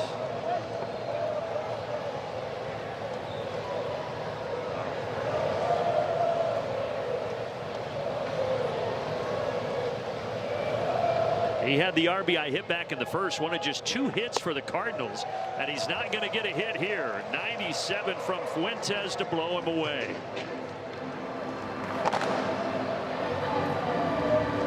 It's a 97 with life here you get from the lower arm angle of Fuentes, and the way that ball just stays up and true and right past Jordan Walker.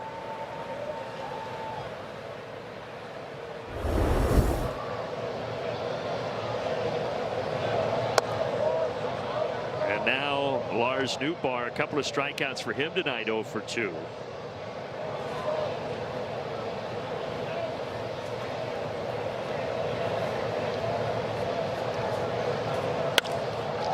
Center field sending Harris back. On the track, he's there. Allowed out by Lars Nootbaar. Oh, I hated the way that one sounded. Good recall right there, though, for sure. But thought for a second he may have gotten that one 100 miles an hour just under off the bat. So both hits for the Cardinals back in that first inning. Their last 19 hitters are 0 for 18, 7 strikeouts, and that 1 walk to Weatherholt. That's their only base runner since the start of the 2nd inning. Here's Mason Wynn.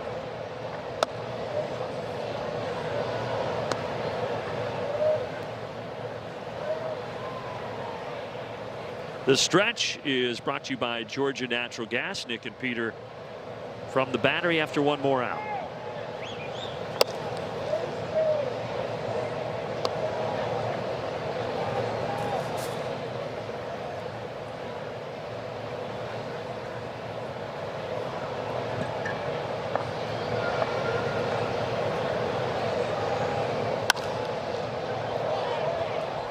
Yaz settles under this. And still no hits for the Cardinals since back in the first inning. Atlanta up 2-1 as we go to the stretch. Welcome to the stretch, fueled by Georgia Natural Gas. Service savings, sustainability. It's that simple. Welcome to the stretch, fueled by Georgia Natural Gas. Nick Green alongside Peter Moylan outside in the battery. Peter, let's talk about Reynaldo Lopez for the stretch. Inserted into the rotation for the first time since late April, back on Friday against San Fran. A nice start then.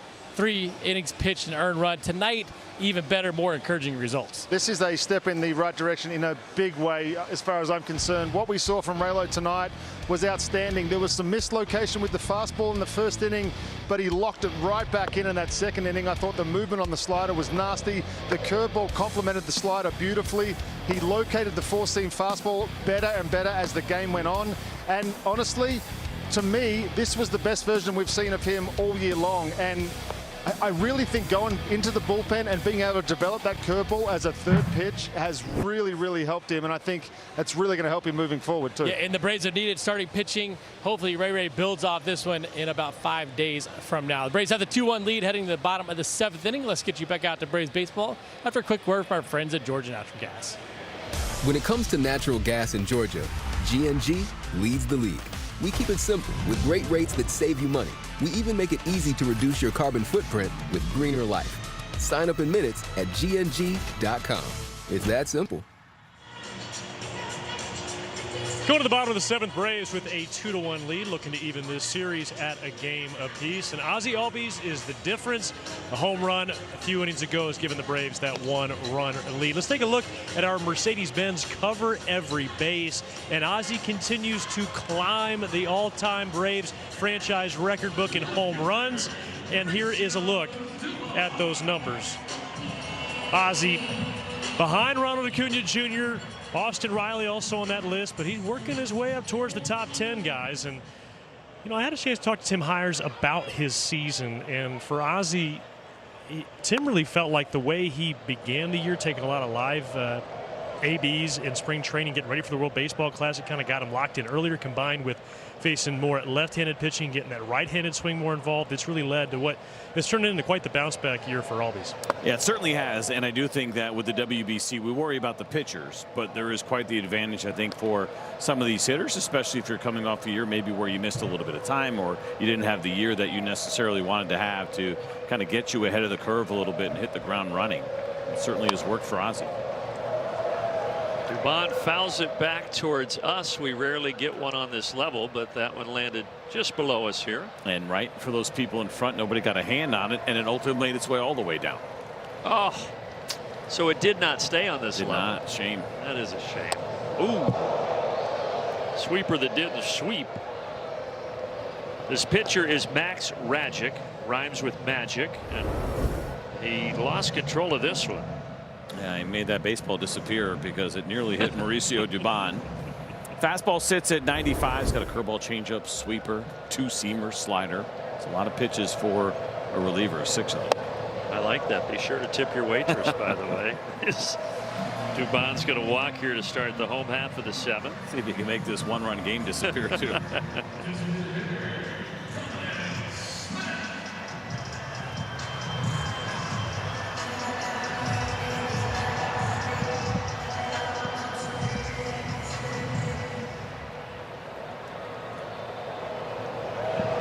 Tom Smith struck out in the 2nd. He hit it hard in the 4th, but he hit it directly at Walker in right field.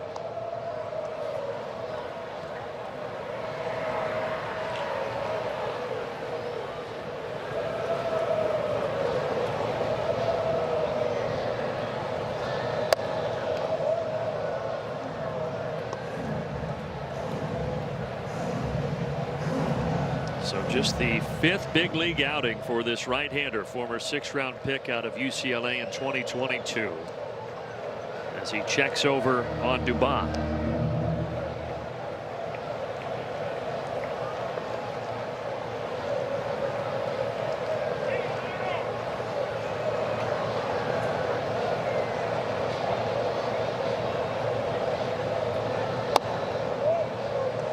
See some issues kind of spotting up some pitches. He is not trying to elevate a changeup intentionally. You mentioned it's only been a few games for him, but we showed you the 4 walks in the 4 games in 5 2/3. The walk rate at the minor league level this year and previous years, respectable.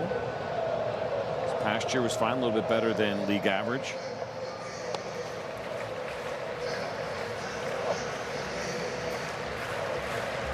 Yeah, had a great month of May that led them to call him up on June 18th. He's got a 2-2 count here against Dom Smith.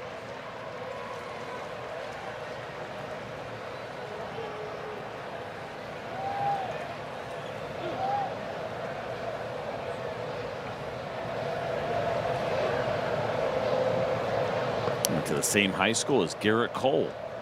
Just a few years later, Orange Lutheran. As soon as I saw it, I'm like, I know I recognize that high school. Why would I? You click on a Baseball Reference, does a nice job of listing all the players that have attended each high school and college.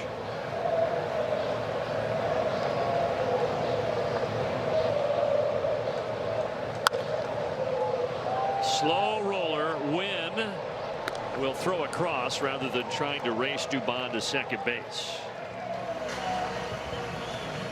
A message right now from Zaxby's. Zaxby's Giant Wraps, Chicken Bacon Ranch, Asian Sensation, and Buffalo Blue. Who's got the sauce? Zaxby's.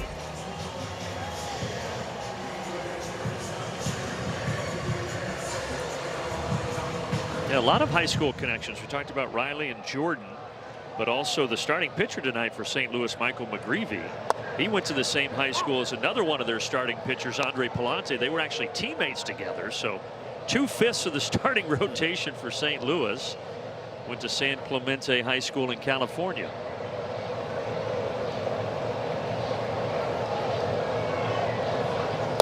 Swing and a miss for Riley.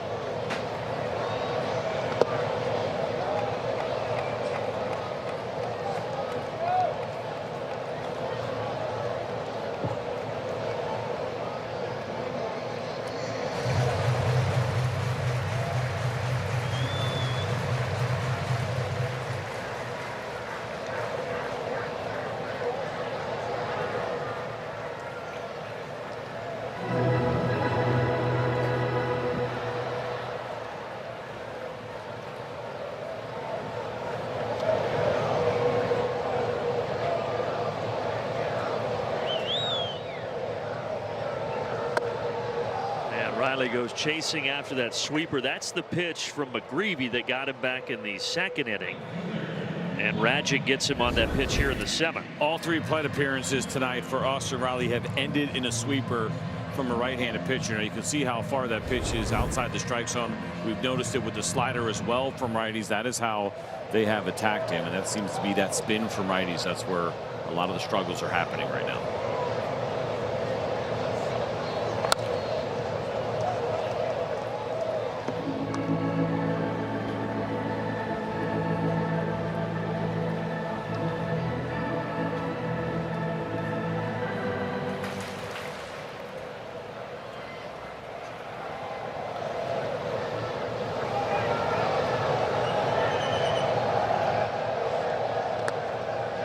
Dubon's going to get to third as that pitch gets past Crooks. We saw it last night with Fernandez struggling to throw strikes, a bunch of balls in the dirt here for Radjic. He'd kind of been flirting with a couple of these and then finally bounces a changeup far enough in front of the plate that it gets away from Crooks.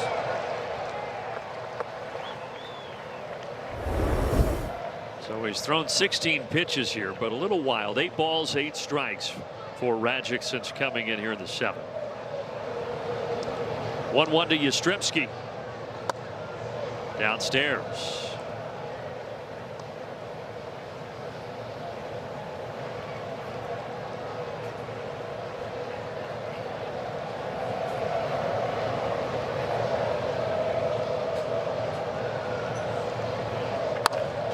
Bouncer just to the right of the chalk.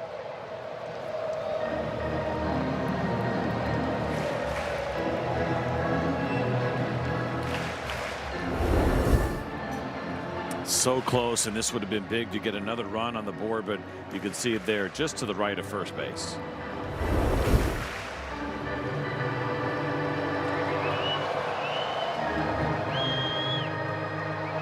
Dylan Lee is ready to come in for the top of the 8th.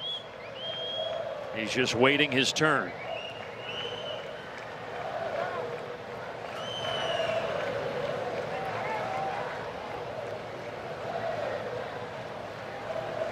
Remember, Robert Suarez still on the IL.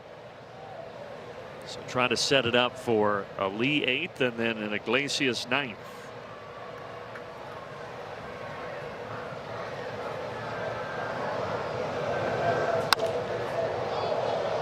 Into the seats here, foul. So we got kind of two groups here that seem like they need to get together at Truist tonight. The Tarps Off crew is trying to get something started in left field in the upper deck. It's been a little bit slow going. It should be a pretty easy recruiting process with the group from England. They just seem like they're kind of all on the same page to some degree.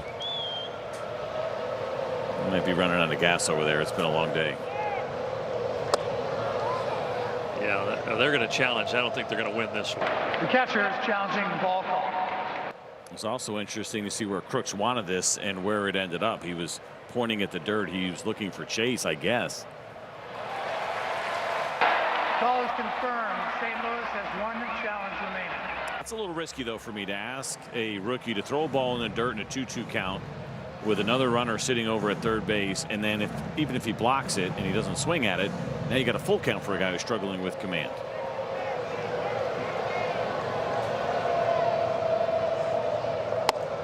And the payoff pitch was also close, but it also misses. Almost looked like Rajic was looking in at Crooks, tapping his hat, wondering if he wanted him to challenge that, but that was a ball.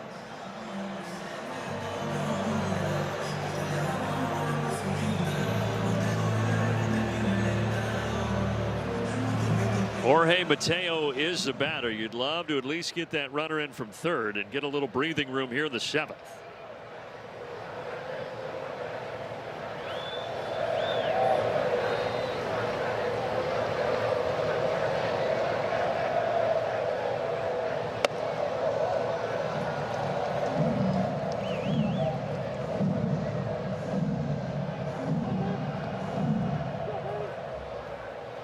Sweat building on that hat. 12 of the 22 pitches have missed for Rajic. That one's in there. And this may be a situation. We'll see if they consider trying to take the base. Right, you get a guy that's working to throw strikes. This is the kind of time where you have a young pitcher and a rookie who maybe is forgetting about that runner a little bit.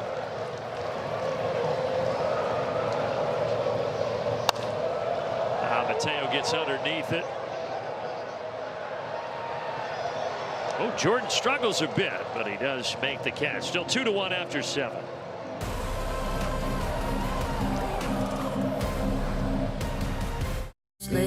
Get it at the big one. Lease a new 2026 Toyota Tacoma SR5 for $279 a month for 36 months with $42.78 due at signing. Toyota, let's go places. 8th inning. We mentioned that Dylan Lee was coming into the game. Let's show you his numbers, brought to you by CarShield. That's going to be our defensive play of the game. He's been excellent. As you see this now, sub-1 ERA here for Dylan Lee. 44 strikeouts to just 5 walks so far. The splits, they have been good all year long. This is a guy that also needs to be in Philadelphia representing the Atlanta Braves in the All-Star game. It has been an all-star first half for Dylan Lee. He's going to face Fermin, who is going to pinch hit here for Nathan Church in the 7th spot in the order. Painted on the outside corner. Fermin started yesterday at third base. He was 0 for 3 with a walk.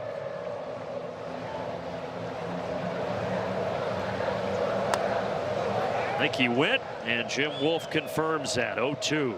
You know, the other thing that's happened with this bullpen, as good as it has been, we see it so far here tonight, the first 3 outings, clean innings, where guys are coming in with clean innings. The Atlanta Braves bullpen has taken on the fewest inherited runners in baseball in the way that Walt has been able to run this pen and not putting guys in tough situations. Fermin gives it a ride deep to left. Dubon reaches up and brings it back.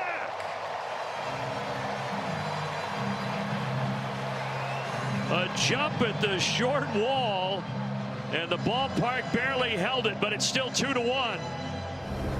Yeah, we read the body language of these guys because they'll tell us the story, and I was holding on for dear life watching Mauricio Dubon as he sized it up and played it perfectly, and that would have gone over the short wall there into the St. Louis Cardinals bullpen, but Mauricio Dubon is able to make the catch, and a little bit of an exhale there for Dylan Lee. And an exhale for us here in the booth.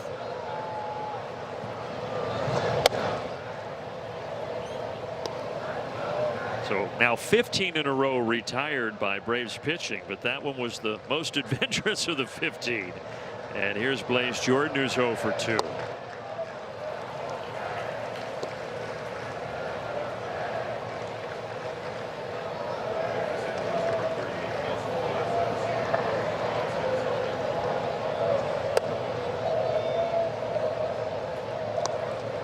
Velasquez has grabbed a bat. He's moved into the on-deck circle.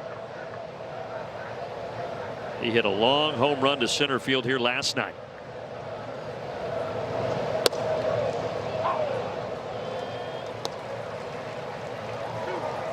Some patience here all of a sudden from Jordan. He did not chase the previous slider. They're looking change up right in the corner. See if things change now with 2 strikes if he gets a little more aggressive.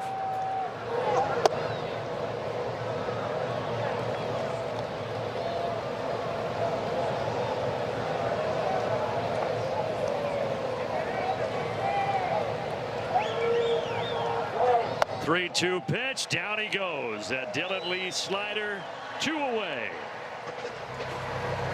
You got a rookie who had never faced him. He's never seen this pitch, and he gets initiated. I don't think he was thinking about this slider at all, and likely thinking about a fastball and a 3-2 count, and sold out for it, and just an ugly looking swing once he realizes it's a slider.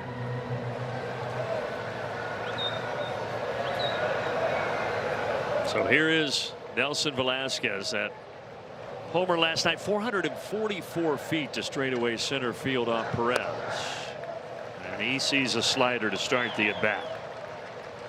He's hit lefties pretty well this year at a .321 batting average, OPS over 1100 for him, including 3 home runs.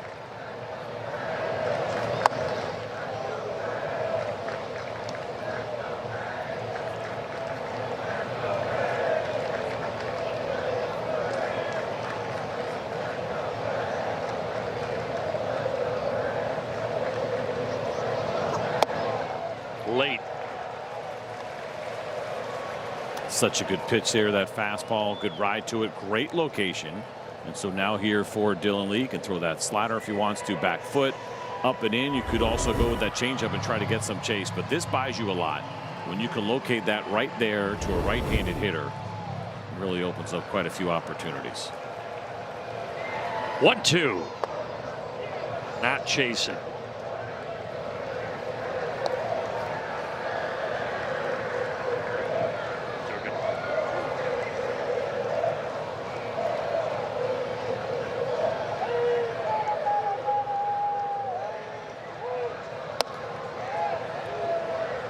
Full count, 3-2. Top of the order on deck, J.J. Weatherholt. But Lee trying to end it right here with a 1-2-3-8. Here comes a payoff pitch. He struck him out. Went with a gas to set down Velasquez. Braves on top 2-1, and a hat tip to Mauricio Dubon in left. It's a short wall, but he still had to climb it for a great catch. For that strikeout for Dylan Lee, it was a notable one. It puts him in 10th place all time as a Braves reliever, 281 Ks. Yeah, it's pretty cool to see, tying him with Johnny Venners, who also has 281. Next up is Luke Jackson at 301. Now the Braves will look for some insurance. New pitcher is Justin Brule, the lefty, and you've got Fermin, who stayed in center, and then you've got Pages now catching.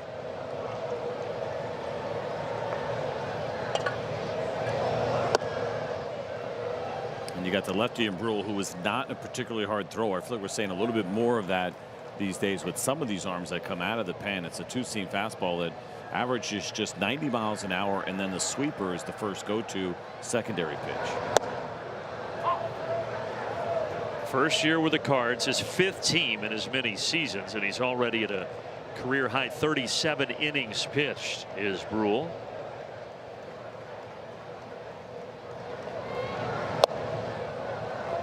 He's got a higher batting average against him for both lefties and righties at 277. Lower strikeouts, low swing and miss, and there he's kind of a ground ball pitcher because he uses that two-seam fastball so much. Left field, but this one is going to go foul.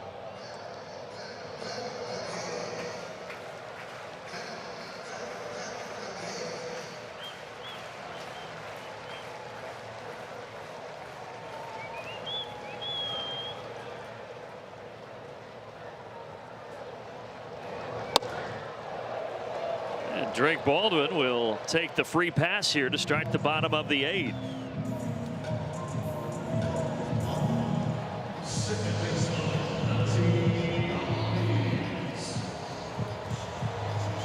The Phillies, by the way, are up 8-4. They got to Paul Skeens early, 5 off of him in the 2nd inning. And Zach Wheeler was going tonight for the Phillies, but it's 8-4 Phillies after 6 innings. So I'll see if the Braves can keep the Phillies at 2.5 back with a win here tonight. Wheeler had 10 strikeouts, but was unable to get through 5 innings. Looked like it was going to be a really good pitching matchup, and it turns into 12 runs between those two guys and 3 homers allowed. Again off the glove of Jordan. That's his 2nd error of the game.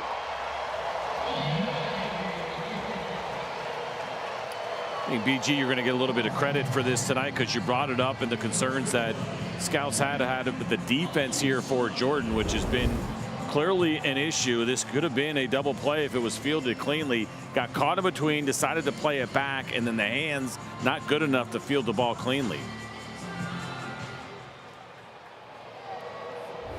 Now can the Braves take advantage? You've got 2 on, nobody out. You've got Olsen, Harris, and Dubon coming to the plate next. Olsen pops it. Pages will drift back, but it's out of play. Mentioned the middle infield defense. We know how good Mason Wynn is. Weatherholt has been unbelievable. But when you have a ground ball pitcher like this, and especially a left-hander, mentioned the high batting average, not a lot of slug against him. And that means that he's probably not getting the help that he needs defensively. For a righty that's got a sinker ball, you really need to have a good third baseman. They had one over there for a long time. They did. It's part of the purge. Arenado, all those gold gloves over there at third base.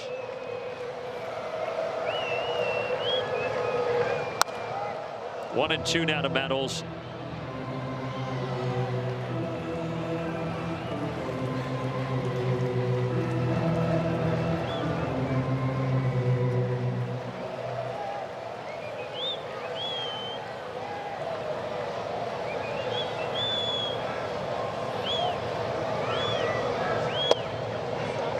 I do wonder with the way this year is going for the Cardinals if they will give some consideration to Weatherholt over at third. He had played some there in the minor leagues, just back and forth between short and second. And having great defense at second is nice, but if he's a premier defender, you almost want him at another position. If he could hold down third, that'd be more desirable, I think. Long run for Walker. Right there on the line. He's got it. Baldwin will tag, and Baldwin will advance.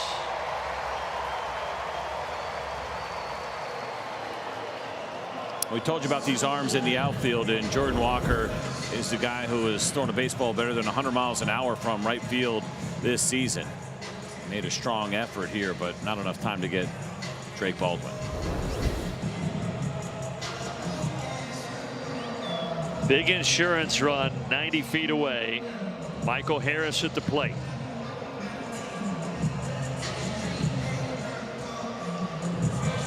So Braves try to get the taste of June out of their mouth and start July with a victory here.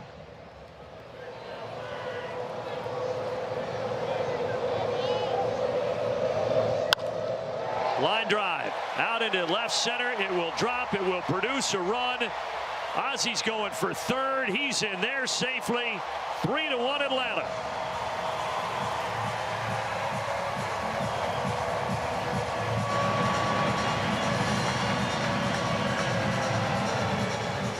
What a nice piece of left-on-left hitting here from Michael Harris. You get the two-seam fastball, and you see how he pulls his hands in. Does not get big with the swing. You got an RBI situation. He's looking for that line drive, and he gets it here into left center field. Couldn't tell if there was some frustration there or not when this throw was made. There might have been a shot to get Ozzie, but it was cut off by Mason Wynn. And the Cardinals are going back into their bullpen here. Braves looking for more, up 3-1 right now in the 8th.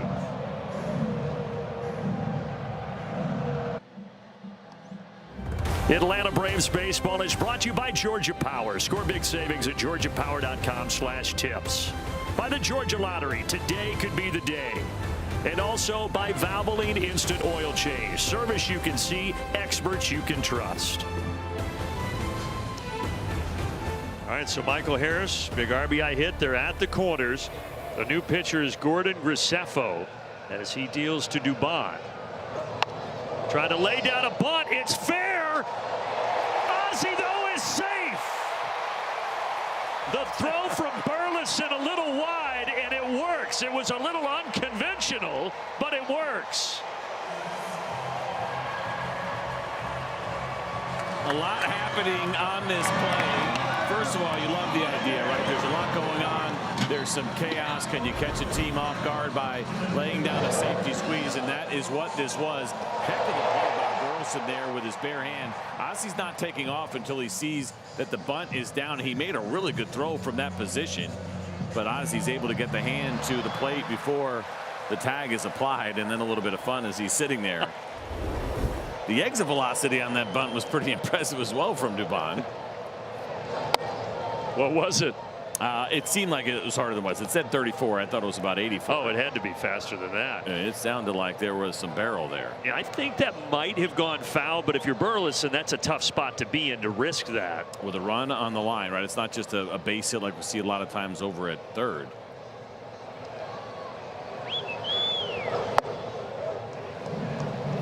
So a couple of big runs here in the bottom of the 8th for Atlanta. So they give Mauricio Dubon a sack on that. I'm not even sure they would have been able to get him at first the way that he fielded it. He gets the credit for his 44th RBI of the season. And Tom Smith drives it to right. Here comes Harris. Walker's throw. They're going to say it's good enough to get Harris at the plate. Pages was taken up the line, but he got the tag down. Now do the Braves want to review it? They do not. We talked about this arm in right field, and another opportunity for Jordan Walker, and what a throw this was. In the air, it looked like the tag got Michael on the foot, even though it was a little bit offline. Michael tries to get to the outside, but you can see it actually right on the hip. Good call not to replay it. Man, what a throw.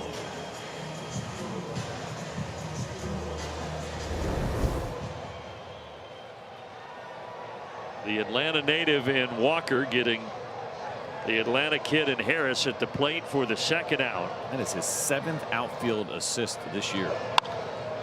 Riley gets it through the left side. Dubon waltzes home 5-1. And how good that must feel for Austin Riley. Well, check the reaction when he hit this ball and he saw it going through the infield immediately from Austin Riley. We know that he has been searching. He gets a curveball here, first pitch, and it's up, and he goes after it, tops it a little bit, but still pretty much squares it up, and you're going to see a fist pump here out of the box for Austin Riley, and a little bit of a sigh of relief to get that RBI single for the Braves third baseman. So 3 runs in here this inning. Now right now Raisel Iglesias is still throwing, but Kinley has now joined him. So what do you think? Any more runs and you go to Kinley? So they had gotten on the phone as this inning started to develop, and it's okay, well, it's no longer a save situation. At the same time, we know the Braves have been struggling, and so the fact that Raisel Iglesias is still standing there tells me that he is probably in this game. Another run across the board, and maybe that changes.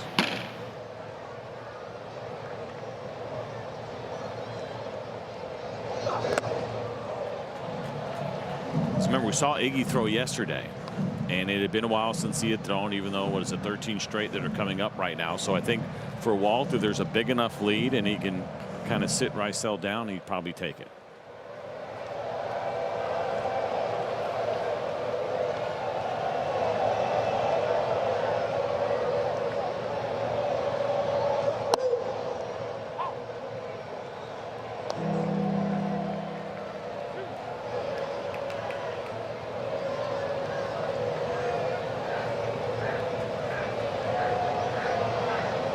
Gordon Graceffo searching for that third out to get the Cardinals out of what has turned into a nightmarish bottom of the 8th. And he gets Yaz to go after the curveball, but the Braves score 3. It is 5-1 as we go to the 9th.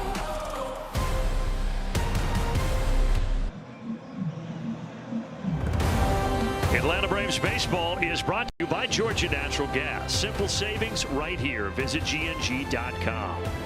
By your local Ford dealers. And also by Comcast Business. All-in connection and protection your small business can rely on. No one does business like Comcast Business.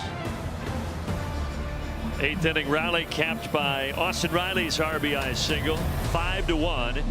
And even though it's not a safe situation, it will be Iglesias coming in for the 9th. I think it makes sense, right? You had gotten him hot, unless the game really got out of hand, and it was close to almost happening. You still bring Iggy in. Of course, he has been outstanding this year with those 30 punch-outs and 6 walks.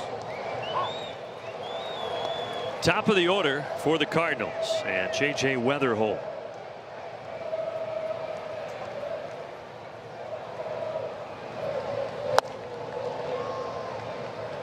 Braves do have both challenges. 13 punch outs on the 4-seamer this year for Iggy, 13 on the changeup. It's been split evenly between those two, a couple on the 2-seamer and a couple on the slider. Weatherholt seeing Iglesias, how he likes to work quickly and steps out before the 1-2 pitch.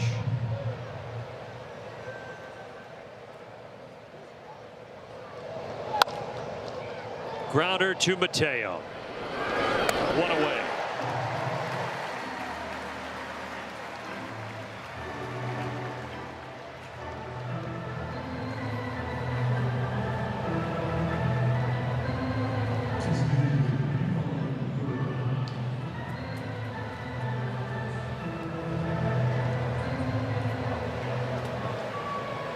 So Ivan Herrera, who is 1 for 3 with a double now with 1 out in the 9th.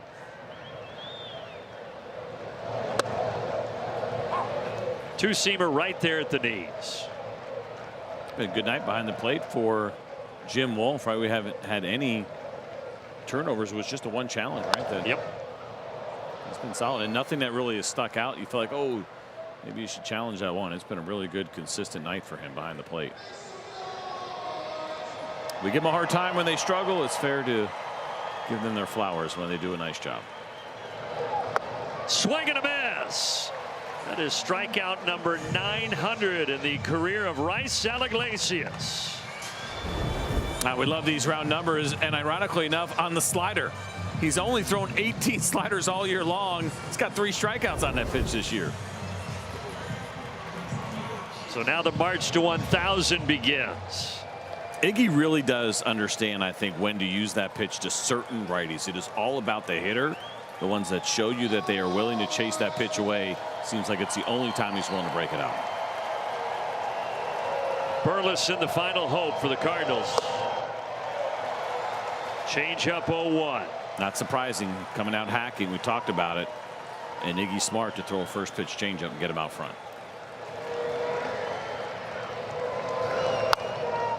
Popped in the air, in the seats, no balls, 2 strikes.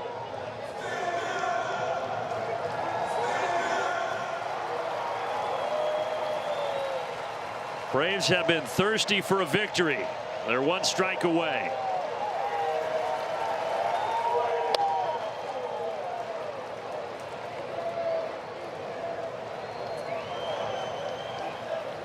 It's 9-14 in June for the Braves. 4-13 over their last 17, but in control here tonight.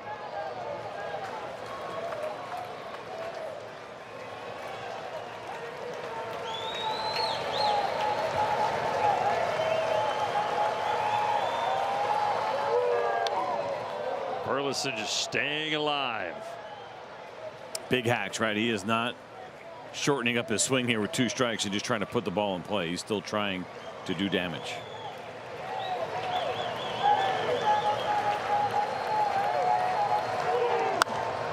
In the air, this should do it. Dubon is here, and the Braves start July with a W.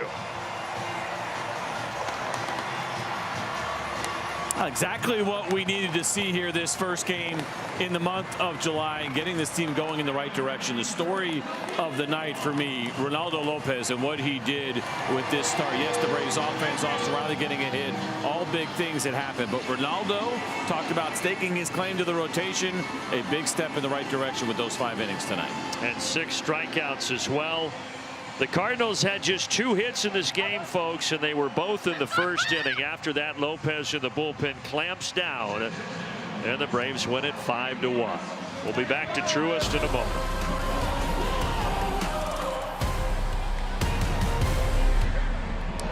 Had a good time tonight after their country won 2-1. The Braves win it 5-1, and the U.S. men's national team is up 1-0 right now. Things are good. And July starting off on the right foot. Post-game show is coming up next with Nick and Peter. Keep it locked here to hear from those guys. On our side, we will talk to you tomorrow night, everybody. For Wiley Ballard, for CJ Nitkowski, and for the rest of our crew, I'm Brandon Gaunt signing off and saying so long, everybody.